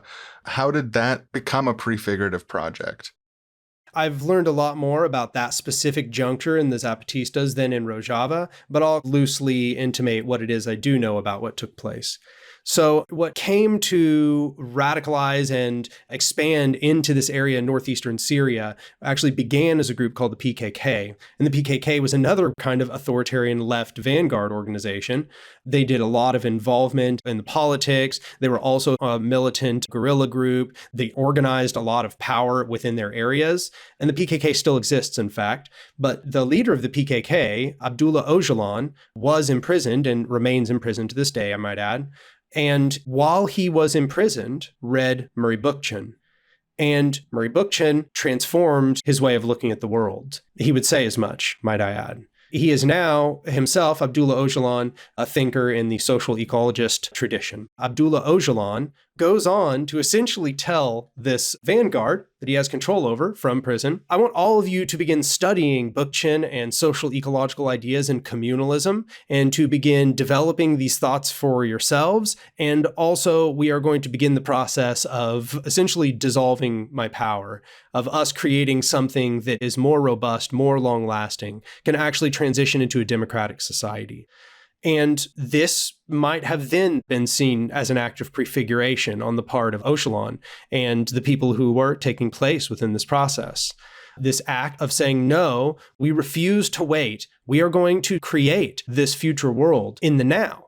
This was a very important process. So what we have is Rojava, which is an even wider scale project than the Zapatistas. I think they have like 6 million people in their polity, and they are, I would say, a very good example of creating a horizontal society, but they are at a mass scale. And at that scale, we are watching a lot of the challenges that they face, which are challenges with delegation. They are challenges with maintaining power within the council structures. But the intention is to create a confederation of autonomous council structures that together form a self-governance structure for the region. And we would hope to see a larger portion of the region around them. But yeah, that's our other example. And it's interesting because in both of these examples, what you see is that a group of committed ideological militant organizers seems to be a very important component, but it only becomes powerful at the very juncture at which it stops being a vanguard, at which it refuses the authoritarianism that typifies that approach. And what I would say is the solution to this in anarchist thought is something called specificism. It's a kind of platformism. You're creating this small ideological group of committed anarchists, but they are starting with the presumption that the very process that took place in those two examples will take place. That as they create this group that spreads a revolutionary consciousness and acts as a catalyst for this transformation, that they will purposely subvert power to democratic structures and create democratic structures under which to subvert power to begin with. And that is the process that has to be carried out. Instead of this weird thing where we do some pretend vanguardism for a little while, once again, not to demean either the PKK or the FLN, but, we do this authoritarian structure for a while and then we ditch it and then we go to we just skip the whole part where we do the authoritarian structure. We create the group of people that will act as a catalyst and we expand and democratize and decommodify as we go. That's the plan. Over the recent years, it's been more and more questioned on Twitter.com what authoritarianism means and what sort of qualitative features would define an authoritarian organization. And maybe the distinction that you're drawing here between vanguardism and specificism might be a good example case for you to just briefly explain what authoritarianism is and organizing in that context and how specificism hopes to challenge the authoritarianism of vanguardism. I would say authoritarianism is largely about monopolization of power. It functions through essentially centralizing more and more of the decision making to a central node. And therefore, in that process, it is disempowering the masses of people from their own willful action. It's essentially making it to where the power to make decisions is being placed into a smaller and smaller and smaller number of hands. I would say that it's a scale, right? It can be more or less authoritarian. As it's more authoritarian, centralization of power is taking place, which requires a sort of monopolization to take place. It requires a disempowerment of everything at the periphery. And an anti-authoritarian stance is taking place. We are dispersing power. We are returning power to those who already hold it. We are unalienating power, you might say.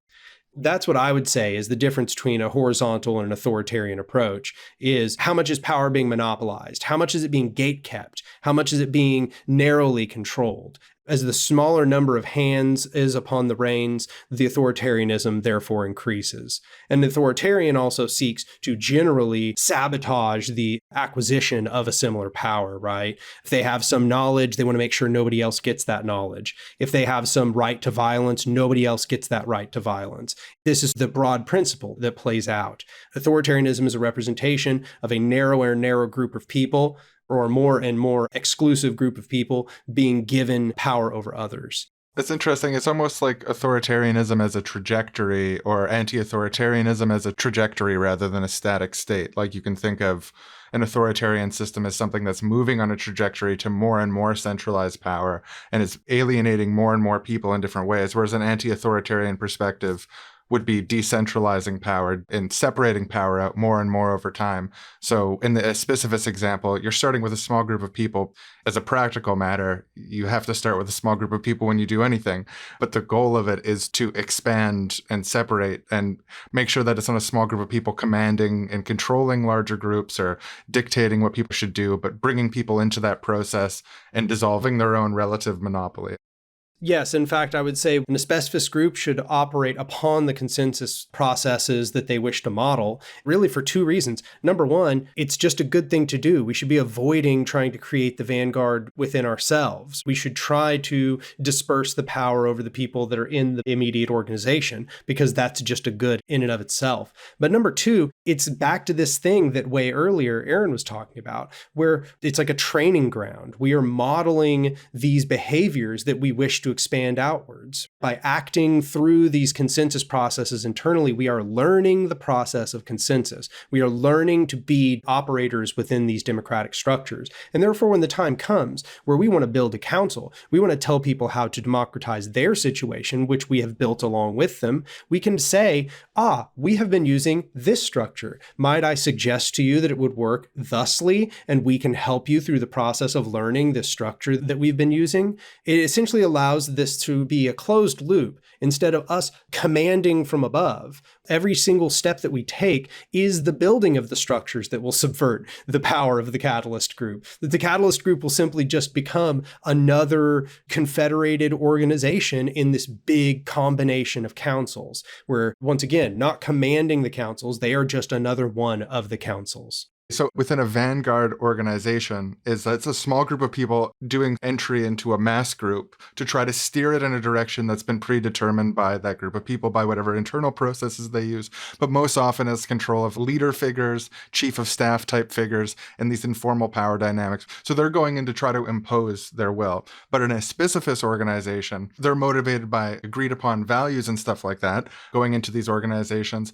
But in a way, they're also doing the opposite of what a vanguard would be doing in that instance, looking for places where power is getting too centralized, looking for places where people in the group are exercising a disproportionate amount of power based on their participation or based on the structure of the organization, and then using their collective power to help course correct these mass organizations to be sufficiently mass organizations, to be sufficiently democratic, to make sure that these potentials of these informal hierarchies, and whether that is informal hierarchies of expertise or informal hierarchies of interpersonal domination, racism, misogyny, and so on, aren't forming. And so we can see that the specificist versus vanguard thing as a qualitative difference in terms of what the focuses would be, because it is, by definition, never meant to be an imposition of anything except for imposing the values of non-imposition whenever possible.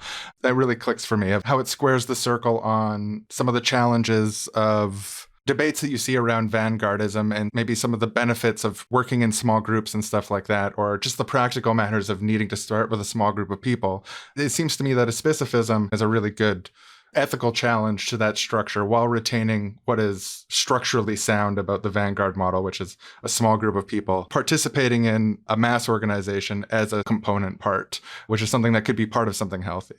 Yes, I agree. Specificist organizations are sometimes, I've seen something similar to them be called a catalyst group by Irvin, for example. And the idea is that they act as a catalyst more than anything. They're going in attempting to create some chemical reaction that will carry forth. But yeah, I think that's precisely the distinction between them. Vanguards, in a general sense, you might say, function on a model called democratic centralism. It's kind of like what the Soviet Union did at the very top. It's where you elect the guys who elect the guys that are at the top, and then they make all of the decisions, and then you all agree to do it. Whereas in a catalyst group or an specificist organization, you're all acting under consensus to make the decisions, and then you act upon them as per your consensus. So it starts with the democratic structure internally as well, and it is seeking to create a bunch of structures everywhere else that will dissolve authoritarian relations where they find them, and then join those nodes where we have gotten rid of the authoritarian control, or we've seized some territory for it. We confederate it together into this larger project, instead of just trying to create a bunch of clients to our vanguard, a bunch of things that act in service to us. Instead, all of it is now trying to be joined together into this horizontal structure. One way I think about this that I think is compatible with what we've been saying, but maybe slightly different, it just struck me that an alternative way of thinking about this, rather than a small group of people coming together and then dissolving their own power, is that for a lot of us out there, currently, we're alone by ourselves, not participating in any kind of democratic organization, with the exception of some of these wonderful examples we've been talking about, cooperation, Jackson, Zapatistas, etc. We live in a society that doesn't operate on these types of anti-authoritarian relationships that we're describing. You can come together with one or two other people and start having democratic relationships with them and seeing what types of prefigurative things you can do together. It's just going from people by themselves to people with their immediate friends, neighbors, workplace associates that they know, etc., coming together, building democratic relationships with them, and then expanding that out. Maybe your original little group will remain its own little group that interfaces with the other groups in some other way, and maybe it just grows and becomes the neighborhood council, becomes the workplace council, or whatever your particular, maybe that's a vanguard group, maybe that's a catalyst group, I don't know, but taking the prefigurative logic into account, it's just a very straight progression up from no democratic relations in your life currently to with your affinity group to with those that you can confederate with from there. It's a linear progression of building more democratic relationships with other people. I think that's a good corrective to point out that these small groups are themselves already confederations where people have traded off some of the raw, extreme autonomy that you have as an individual in exchange for all the benefits of pooling resources and pooling knowledge and pooling decision making. So what might seem to be a contradiction is actually just part of this linear process of participating in democracy. I think that's a really good point. Yeah, I think the reason why specificism ends up coming up in these conversations, or something like platformism ends up coming up in these conversations about prefiguration so often, is because we are trying to figure out so much about organizations in prefiguration. If we're trying to create a future world, we start to have to ask questions about, what does it look like? What is that I'm trying to create then? Because I have to ask what I'm trying to create now then. That becomes a question of means as soon as we talk about prefiguration. One of the things that was really a big corrective from platformism, which was accused of being very vanguardist, to specificism is platformism tended to shut itself off from the social movements. People were only supposed to be part of that organization, and they would only organize under its auspices, even if there were some cooperation sometimes. Whereas a specificism advocates something called social insertion, which is essentially where you're present in these organizations all the time, precisely as you said, precisely as you intuited.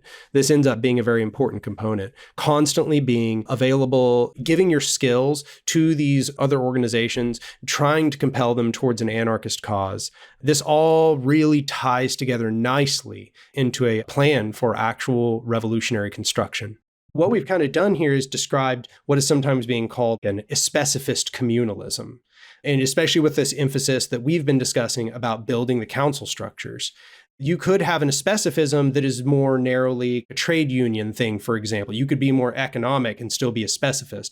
But I would say what we're trying to do is create this intersectional communalist specificism where we are trying to hone in on where all of the true struggles with hierarchical power are taking place and asking ourselves how they can be undermined and replaced with the aspects of a horizontal society we wish to create. Shit, I just have like a little angles on my shoulder. I want to refute, but it's probably best not to. Oh God, I know. Every single time I ever use the word authoritarianism in any video, I'm like, do I have to talk about on authority? Oh my God. We now go to the tiny little angles on Sean's shoulder sketch. Sean, to abolish authority in the industry of the cotton mill is to abolish the industry itself. Yeah, a tiny buzzing factory owner. Leave me alone. Even if I were to accept that specialization involves a quote-unquote certain kind of authority, there's a qualitative and meaningful difference between the command and control authority of a boss under the threat of punishment and the facilitating authority of a recallable delegate functioning in accordance to a democratically agreed charter of principles. It's just, you're comparing unlike things to one another. But the necessity of authority will nowhere be found more evident than on board a ship in the high seas. There, in time of danger, the lives of all depend on the instantaneous and absolute obedience of all to the will of one. Now that's really misrepresenting the critique of authority, little angles. Even the captain of a ship or the director of a film or whatever, their authority is part of an integrated system of knowledge that involves the agency and counter authorities of like a number of specialists working together in concert. What makes the ship function is never really the absolute obedience to the will of one under a threat of punishment, but instead a sort of integrated social system where obedience, wherever it exists, to a limited sense, is rooted in trust, knowledge, rapport, morale, not the threats and fears required for total obedience. Those two things are just so qualitatively different, little angles, and to conflate them risks really, really undesirable outcomes. So you think that when you have changed the names of things, that you have changed the things themselves? You're mocking the world. Little factory owning angles. You think when you have merged the names of things, treating apples and oranges as one thing, that you've merged the things themselves? Look, I know this is based on some ancient sort of like 1870s beef. You're complaining about anti-authoritarians within your political sphere that over-apply these principles in ways that you didn't agree with. I mean, I'm sympathetic to that. I've argued with dipshits before too, and it is annoying. But the consequences of this conflation could mean a naturalization of command and control threats of violence under the threat of punishment, the elite centralization of power at the expenses of common people, and at worst, a justification for violence against people on behalf of this ruling elite. We can't use this 1870s writing as a guidepost to the 2020s, except maybe as a launching pad for more relevant and more interesting conversations. It's just not tenable. The steam. Angles, little buddy. Let me quote you. Okay, I'll quote you. Why do the anti-authoritarians not confine themselves to crying out against the political authority, the state? All socialists are agreed that the political state, with its political authority, will disappear as a result of the coming social revolution. That is a quote from On Authority. What you got to understand is that anti-authoritarians are talking about the political authority of the state. History has shown that the form of revolutionary organizations strongly influences the society they create. We really can't take these debates from the 1870s, rip them out of context, ignore 150 years of history, and then treat people's sort of comment section rants from the time as scripture. No. And I don't want a tiny angles on my shoulder. Please, just go away. Go. I'm melting. I'm Get out of here. melting. Bye, tiny angles. Jeez. All right, I'll turn to my other shoulder now. Hey, little political collective on my other shoulder. Obviously a collective because no individual is the authority on this critique. Do you think I did okay with that? Did I cover that all right? I thought you I did thought it was pretty good. good. Yeah, I thought it was good. I have some points of contention, I to think be you honest. totally misrepresented us. Little political collective. You carry so much vibrant difference within you. I love you. We love you. I love him. I I do. thought it was great. I don't Don't love say him. we. You don't speak for us. And now back to our show.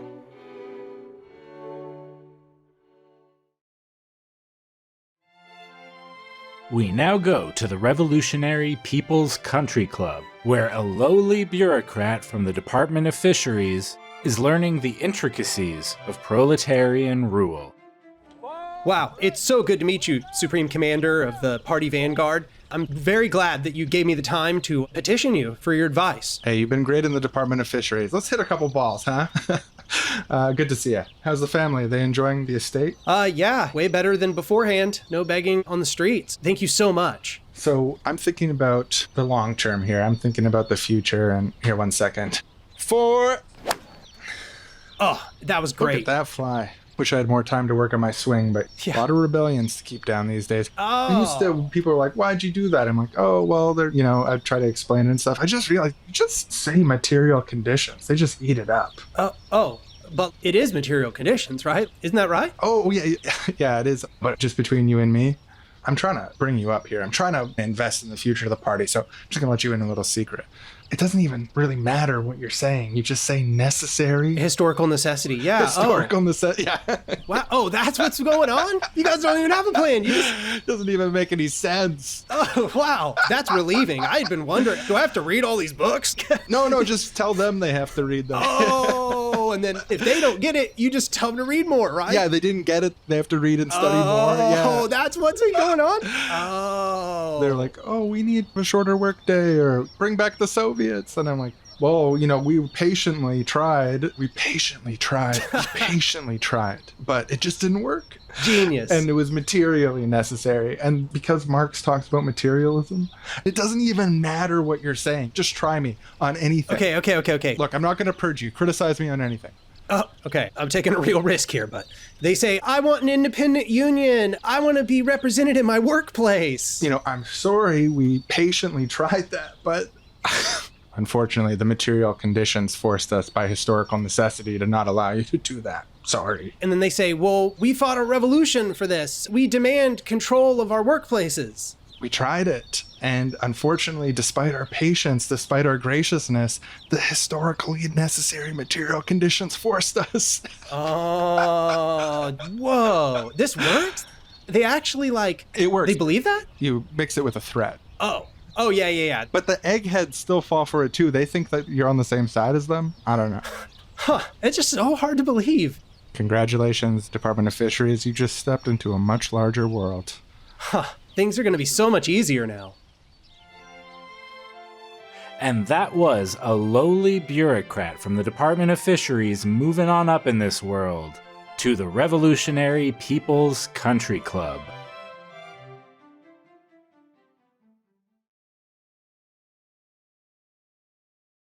One last thing I wanted to ask, because I think it's really an important question as well, and we get this sort of question a lot when we talk about these things, is when it comes to first steps in our lives and our communities, how can people start to engage in this process of prefiguration in the short term? What does that look like for the majority of people? And I'm sure there's no one specific answer that fits for everyone, but I'm certain that people are chomping at the bit to know the answer to this question. Yeah. It's a hard to answer question. Well, people have been asking this question in varying degrees on my videos for quite a while. And that's because it is a complicated question. And precisely as you say, there is not a one-size-fits-all answer.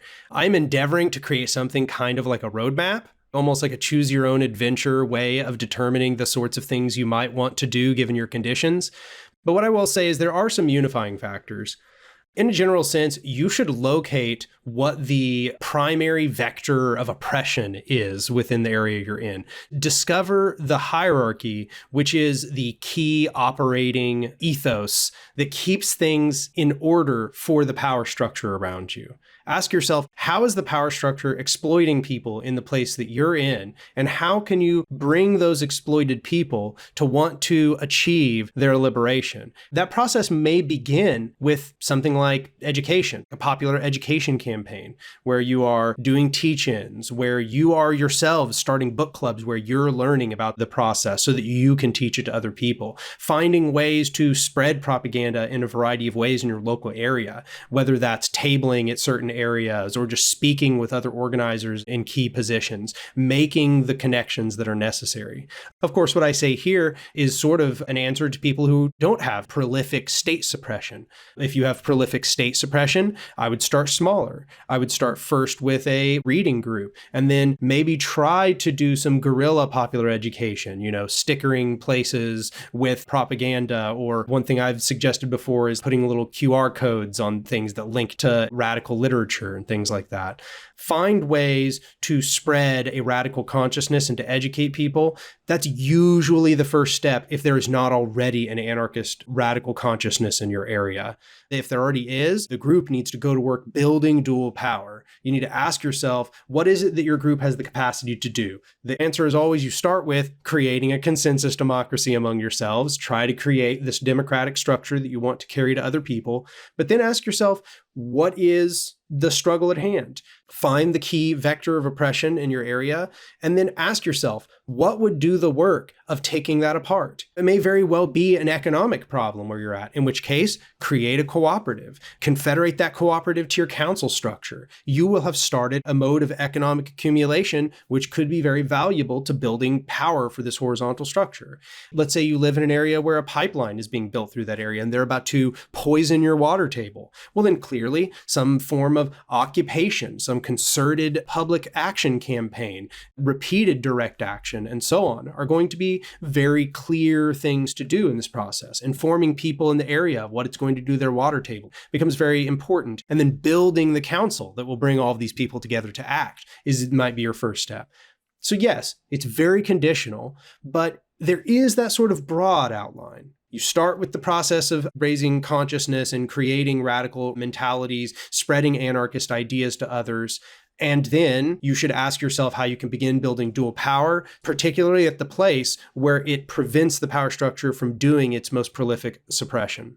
Another thing that I sort of think of is how this process is very iterative, sort of a step-by-step thing, and how in the process of building an organization, especially in the earlier steps, there's a particular emphasis on thinking about how we're going to be pulling in. So like if we're talking about doing a block committee, then we're going to be bringing in people who aren't, they're not staying up late at night reading Malatesta. These are people who are, going to work during the day, coming home to their family at night.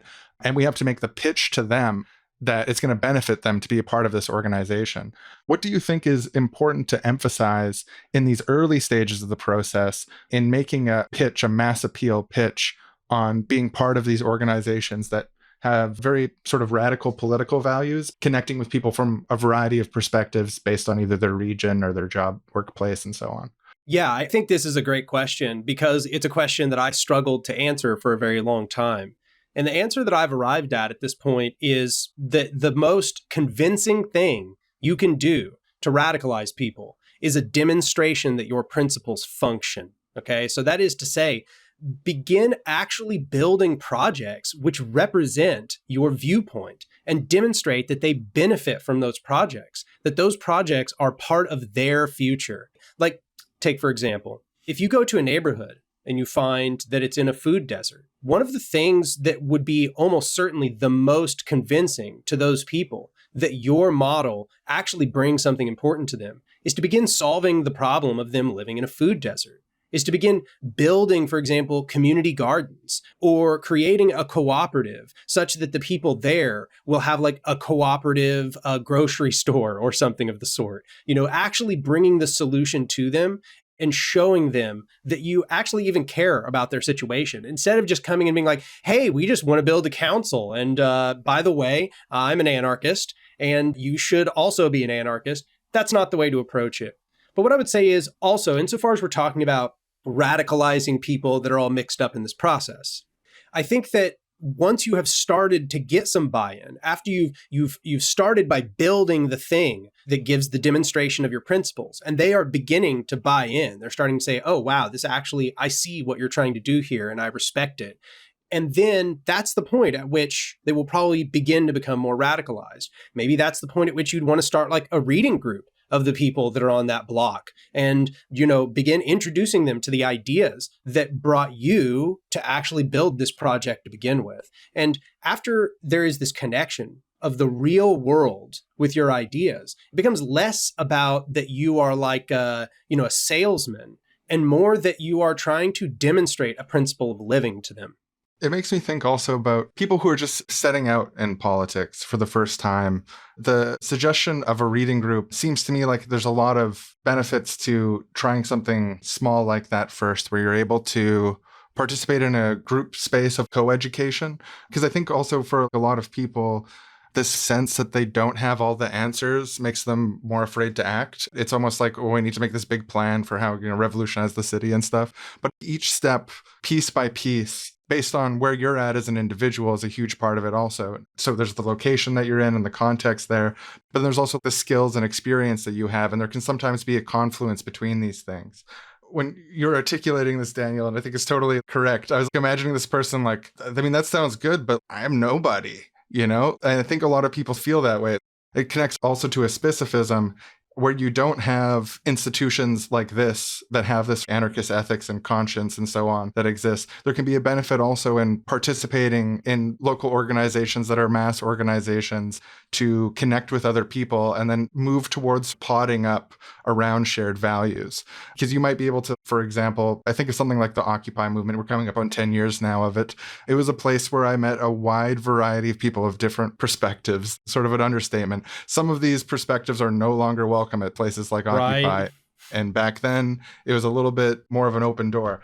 But that experience of meeting those people and talking to them, I'm thinking specifically of like free energy conspiracy theorists, abolish the Fed, Ron Paul libertarians. This was part of the coalition that was all coming out against Wall Street at that time. And my experiences interacting with them and taking them seriously, I think, too, is an important part of it. Not taking them seriously as in not making critiques or ignoring what they have to say if they're wrong, but taking them seriously and like having that democratic process of interacting with them and hearing them out. It was something that was really valuable to me. And I feel like for a lot of people who want to do this sort of stuff, with its big picture stuff, but they're worried about the first steps, I think sometimes it is appropriate to dip your toe into places where you're going to be able to meet with people who have broadly the same values as you and try to find people who you really click with on these values to start then building out to do secondary organizations like reading groups or building dual power institutions or building a specificist groups, participating in the local politics and stuff like that. So yeah, like if you're intimidated by the thought of starting things or feel like you don't have the knowledge base, a lot of people struggle with the confidence to go out and do crazy shit, to do like big projects. I guess just what I'd emphasize is that you can start small in a variety of different ways while still holding on to that ethical and conceptual basis of where you want to head. And that experience can be valuable in networking and then building on to the next steps. It's funny because I have kind of a similar insight from also being in Occupy. I remember feeling as if a lot of what I was doing, I wanted it to have a lot of impact. And it kind of sometimes felt like we were screaming into the void, right? It felt like we were doing action after action and the things themselves were not changing. And that was very frustrating. But what I found is 10 years out, that a lot of what took place was very impactful. It shifted public consciousness in a way that really cannot be undervalued. One time I remember speaking with somebody overseas, and they were talking about how they began coming to anarchist ideas because Occupy demonstrated solidarity with the movement that was taking place in their country. And so then they got interested in what was happening with Occupy, and they got interested in anarchism from that. And now they are part of a much broader organization upon those values. And you don't take that into consideration while it's happening.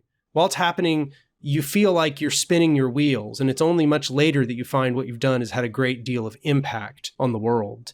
And I think the key, the best values that Prefiguration teaches you is a sort of patience I've described it like being a gardener, right? You need a fertile soil, so you need to remediate the soil. You need to make it ready for the seed to be planted, and then you need to germinate the seed in preparation, and then the seed must go in the ground, and then you have to tend the seed to fruition so that bad things don't happen, that it doesn't become impossible for it to grow. And then you must, through this long process, carefully and patiently tend it to its full form. And that's our job in the prefigurative praxis. It is to have that patience. It is to have that fortitude of mind to continue forth on the path, even while it seems like you are screaming into the void, when really you're watching this plant grow. You're watching this new society grow from the old. At what point during the gardening process do you take out a gun and threaten the seed? As soon as they come encroaching into the plant's territory. Well, this has been an awesome discussion. Thanks a lot for coming on the show today, Daniel. This has been really enriching. Yeah, a lot of potential routes here towards a better society, I think. So you've got a YouTube channel where you do video essays on these subjects and others. Do you want to let our listeners know where they can find more of that sweet Anark action? Yeah, my channel on YouTube is called Anark. That's Anark. And the videos that I produce there are videos about anarchist and libertarian socialist theory. But I also publish a lot of those scripts on Anarchist Library. The one that I mentioned in this video, Constructing the Revolution, is also published on The Commoner. I've also begun uploading them as podcasts onto Spotify. And I hope that these materials will be useful to all of you. If you enjoy the work that I'm doing, I would encourage you to go over to my Patreon and become a patron for the channel so that I can keep making work like this. I love your video essays, and I think that video essays are a high artistic medium that, like podcasts, are too often unfairly degraded for their potential. So I think you're doing a great job. Well, thank you. I really appreciate the work you guys are doing here too. Dad, and Uncle, my dad's twin brother, Uncle, who lives with us. Can you two tell me the story of the successful world revolution? Why, yes, we can. Oh, you want to hear that one again? It's my favorite story. You know, he reminds me of us at his age when we were always asking our dad to tell the story of the failed revolution. Ah, how things change. Tell me the part about patriarchy being abolished. No, wait, no, save it. That comes later. You know, you've heard this enough times. Sorry. Okay, starting at the beginning. Once upon a time, when your dad and your uncle were just two little boys, the people started coming together because they wanted to change society to be different from how it was, to be better from how it was. They wanted to build a revolution. So that's what they did. Wow. Yeah, it was pretty great. Very exciting. The revolution was a solidaric cooperation of all oppressed peoples to overthrow hierarchical relations. The power structures which we made were democratized and integrated. Nothing was ever put off until after the revolution. Because the revolution's an ongoing process of continuing building the world we want by organizing ourselves and our institutions in accordance with our values. Sorry, it's my favorite part. Exactly. Oh, the kids these days, they just get it. And, you know, of course, the state fought back against the dual power structures that we developed. It was a real struggle. You know, they crushed some of us, and there was some bloodshed, but others maintained themselves, and we got a foothold. The confederations that we were in held our ground, both physically holding our ground against attempts of the state to overthrow us, and also ideologically holding our ground, staying true to what we believed throughout the entire process. And people supported us because we're just feeding people. Leave us alone. Yeah. They hit us first. Self-defense. That's exactly right. The confederations just kept expanding and expanding. As we went, we integrated all these people with unique needs and created a robust unity which valued diversity and functioned upon complementarity. Over time, we started uniting entire continents together. Even confederations spanned across the oceans. All of a sudden, across the globe, we're all creating this society together that's ecologically sound, but also highly productive, utilizing less of our overall labor time, while providing for more of our needs overall. It was this beautiful time of just building and building. Yeah, American philosopher Murray Bookchin, in his essay, Notes on Listen Marxist says that the first step a revolutionary government should take is reducing the labor needs of the workforce because they'll be able to work less, they'll like the new government more.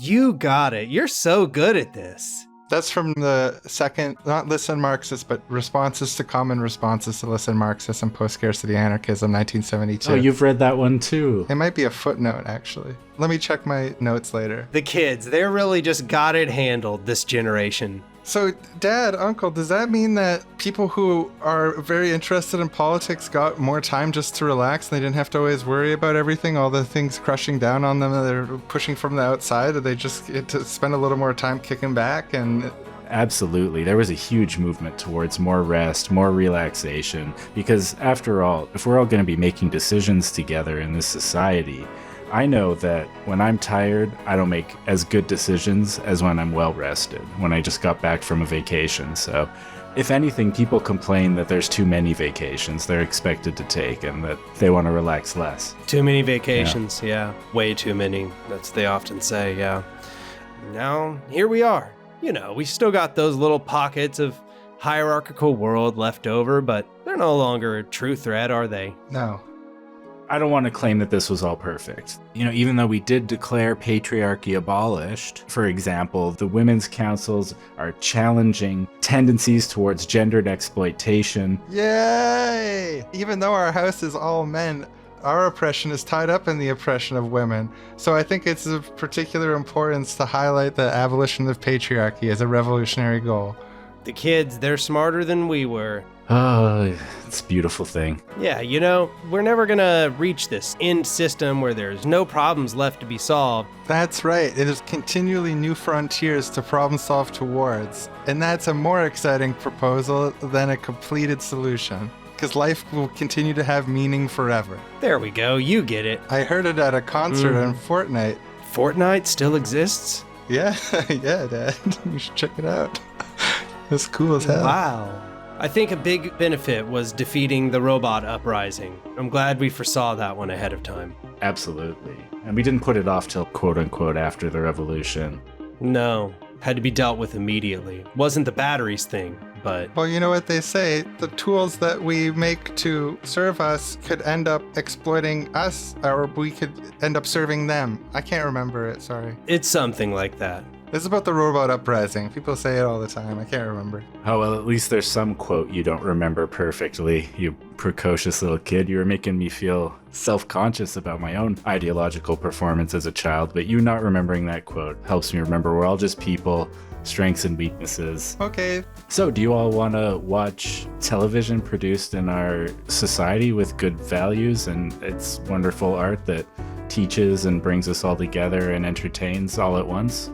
Yes, or we could go down to the park where all of the bands and dancers are performing. I want to go to the wildlife preserve and look at them from a safe and respectful distance. Maybe we'll do all of them. Yeah, I think another mandatory vacation's coming up anyway, so lots of time. Too many vacations. Too many vacations. Vacations are the burden of the revolutionary subject.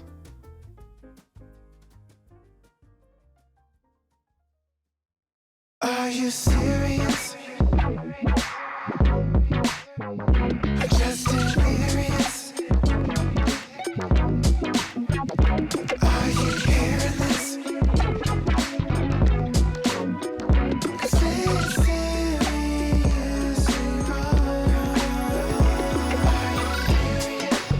Seriously wrong. Are you serious? I know it all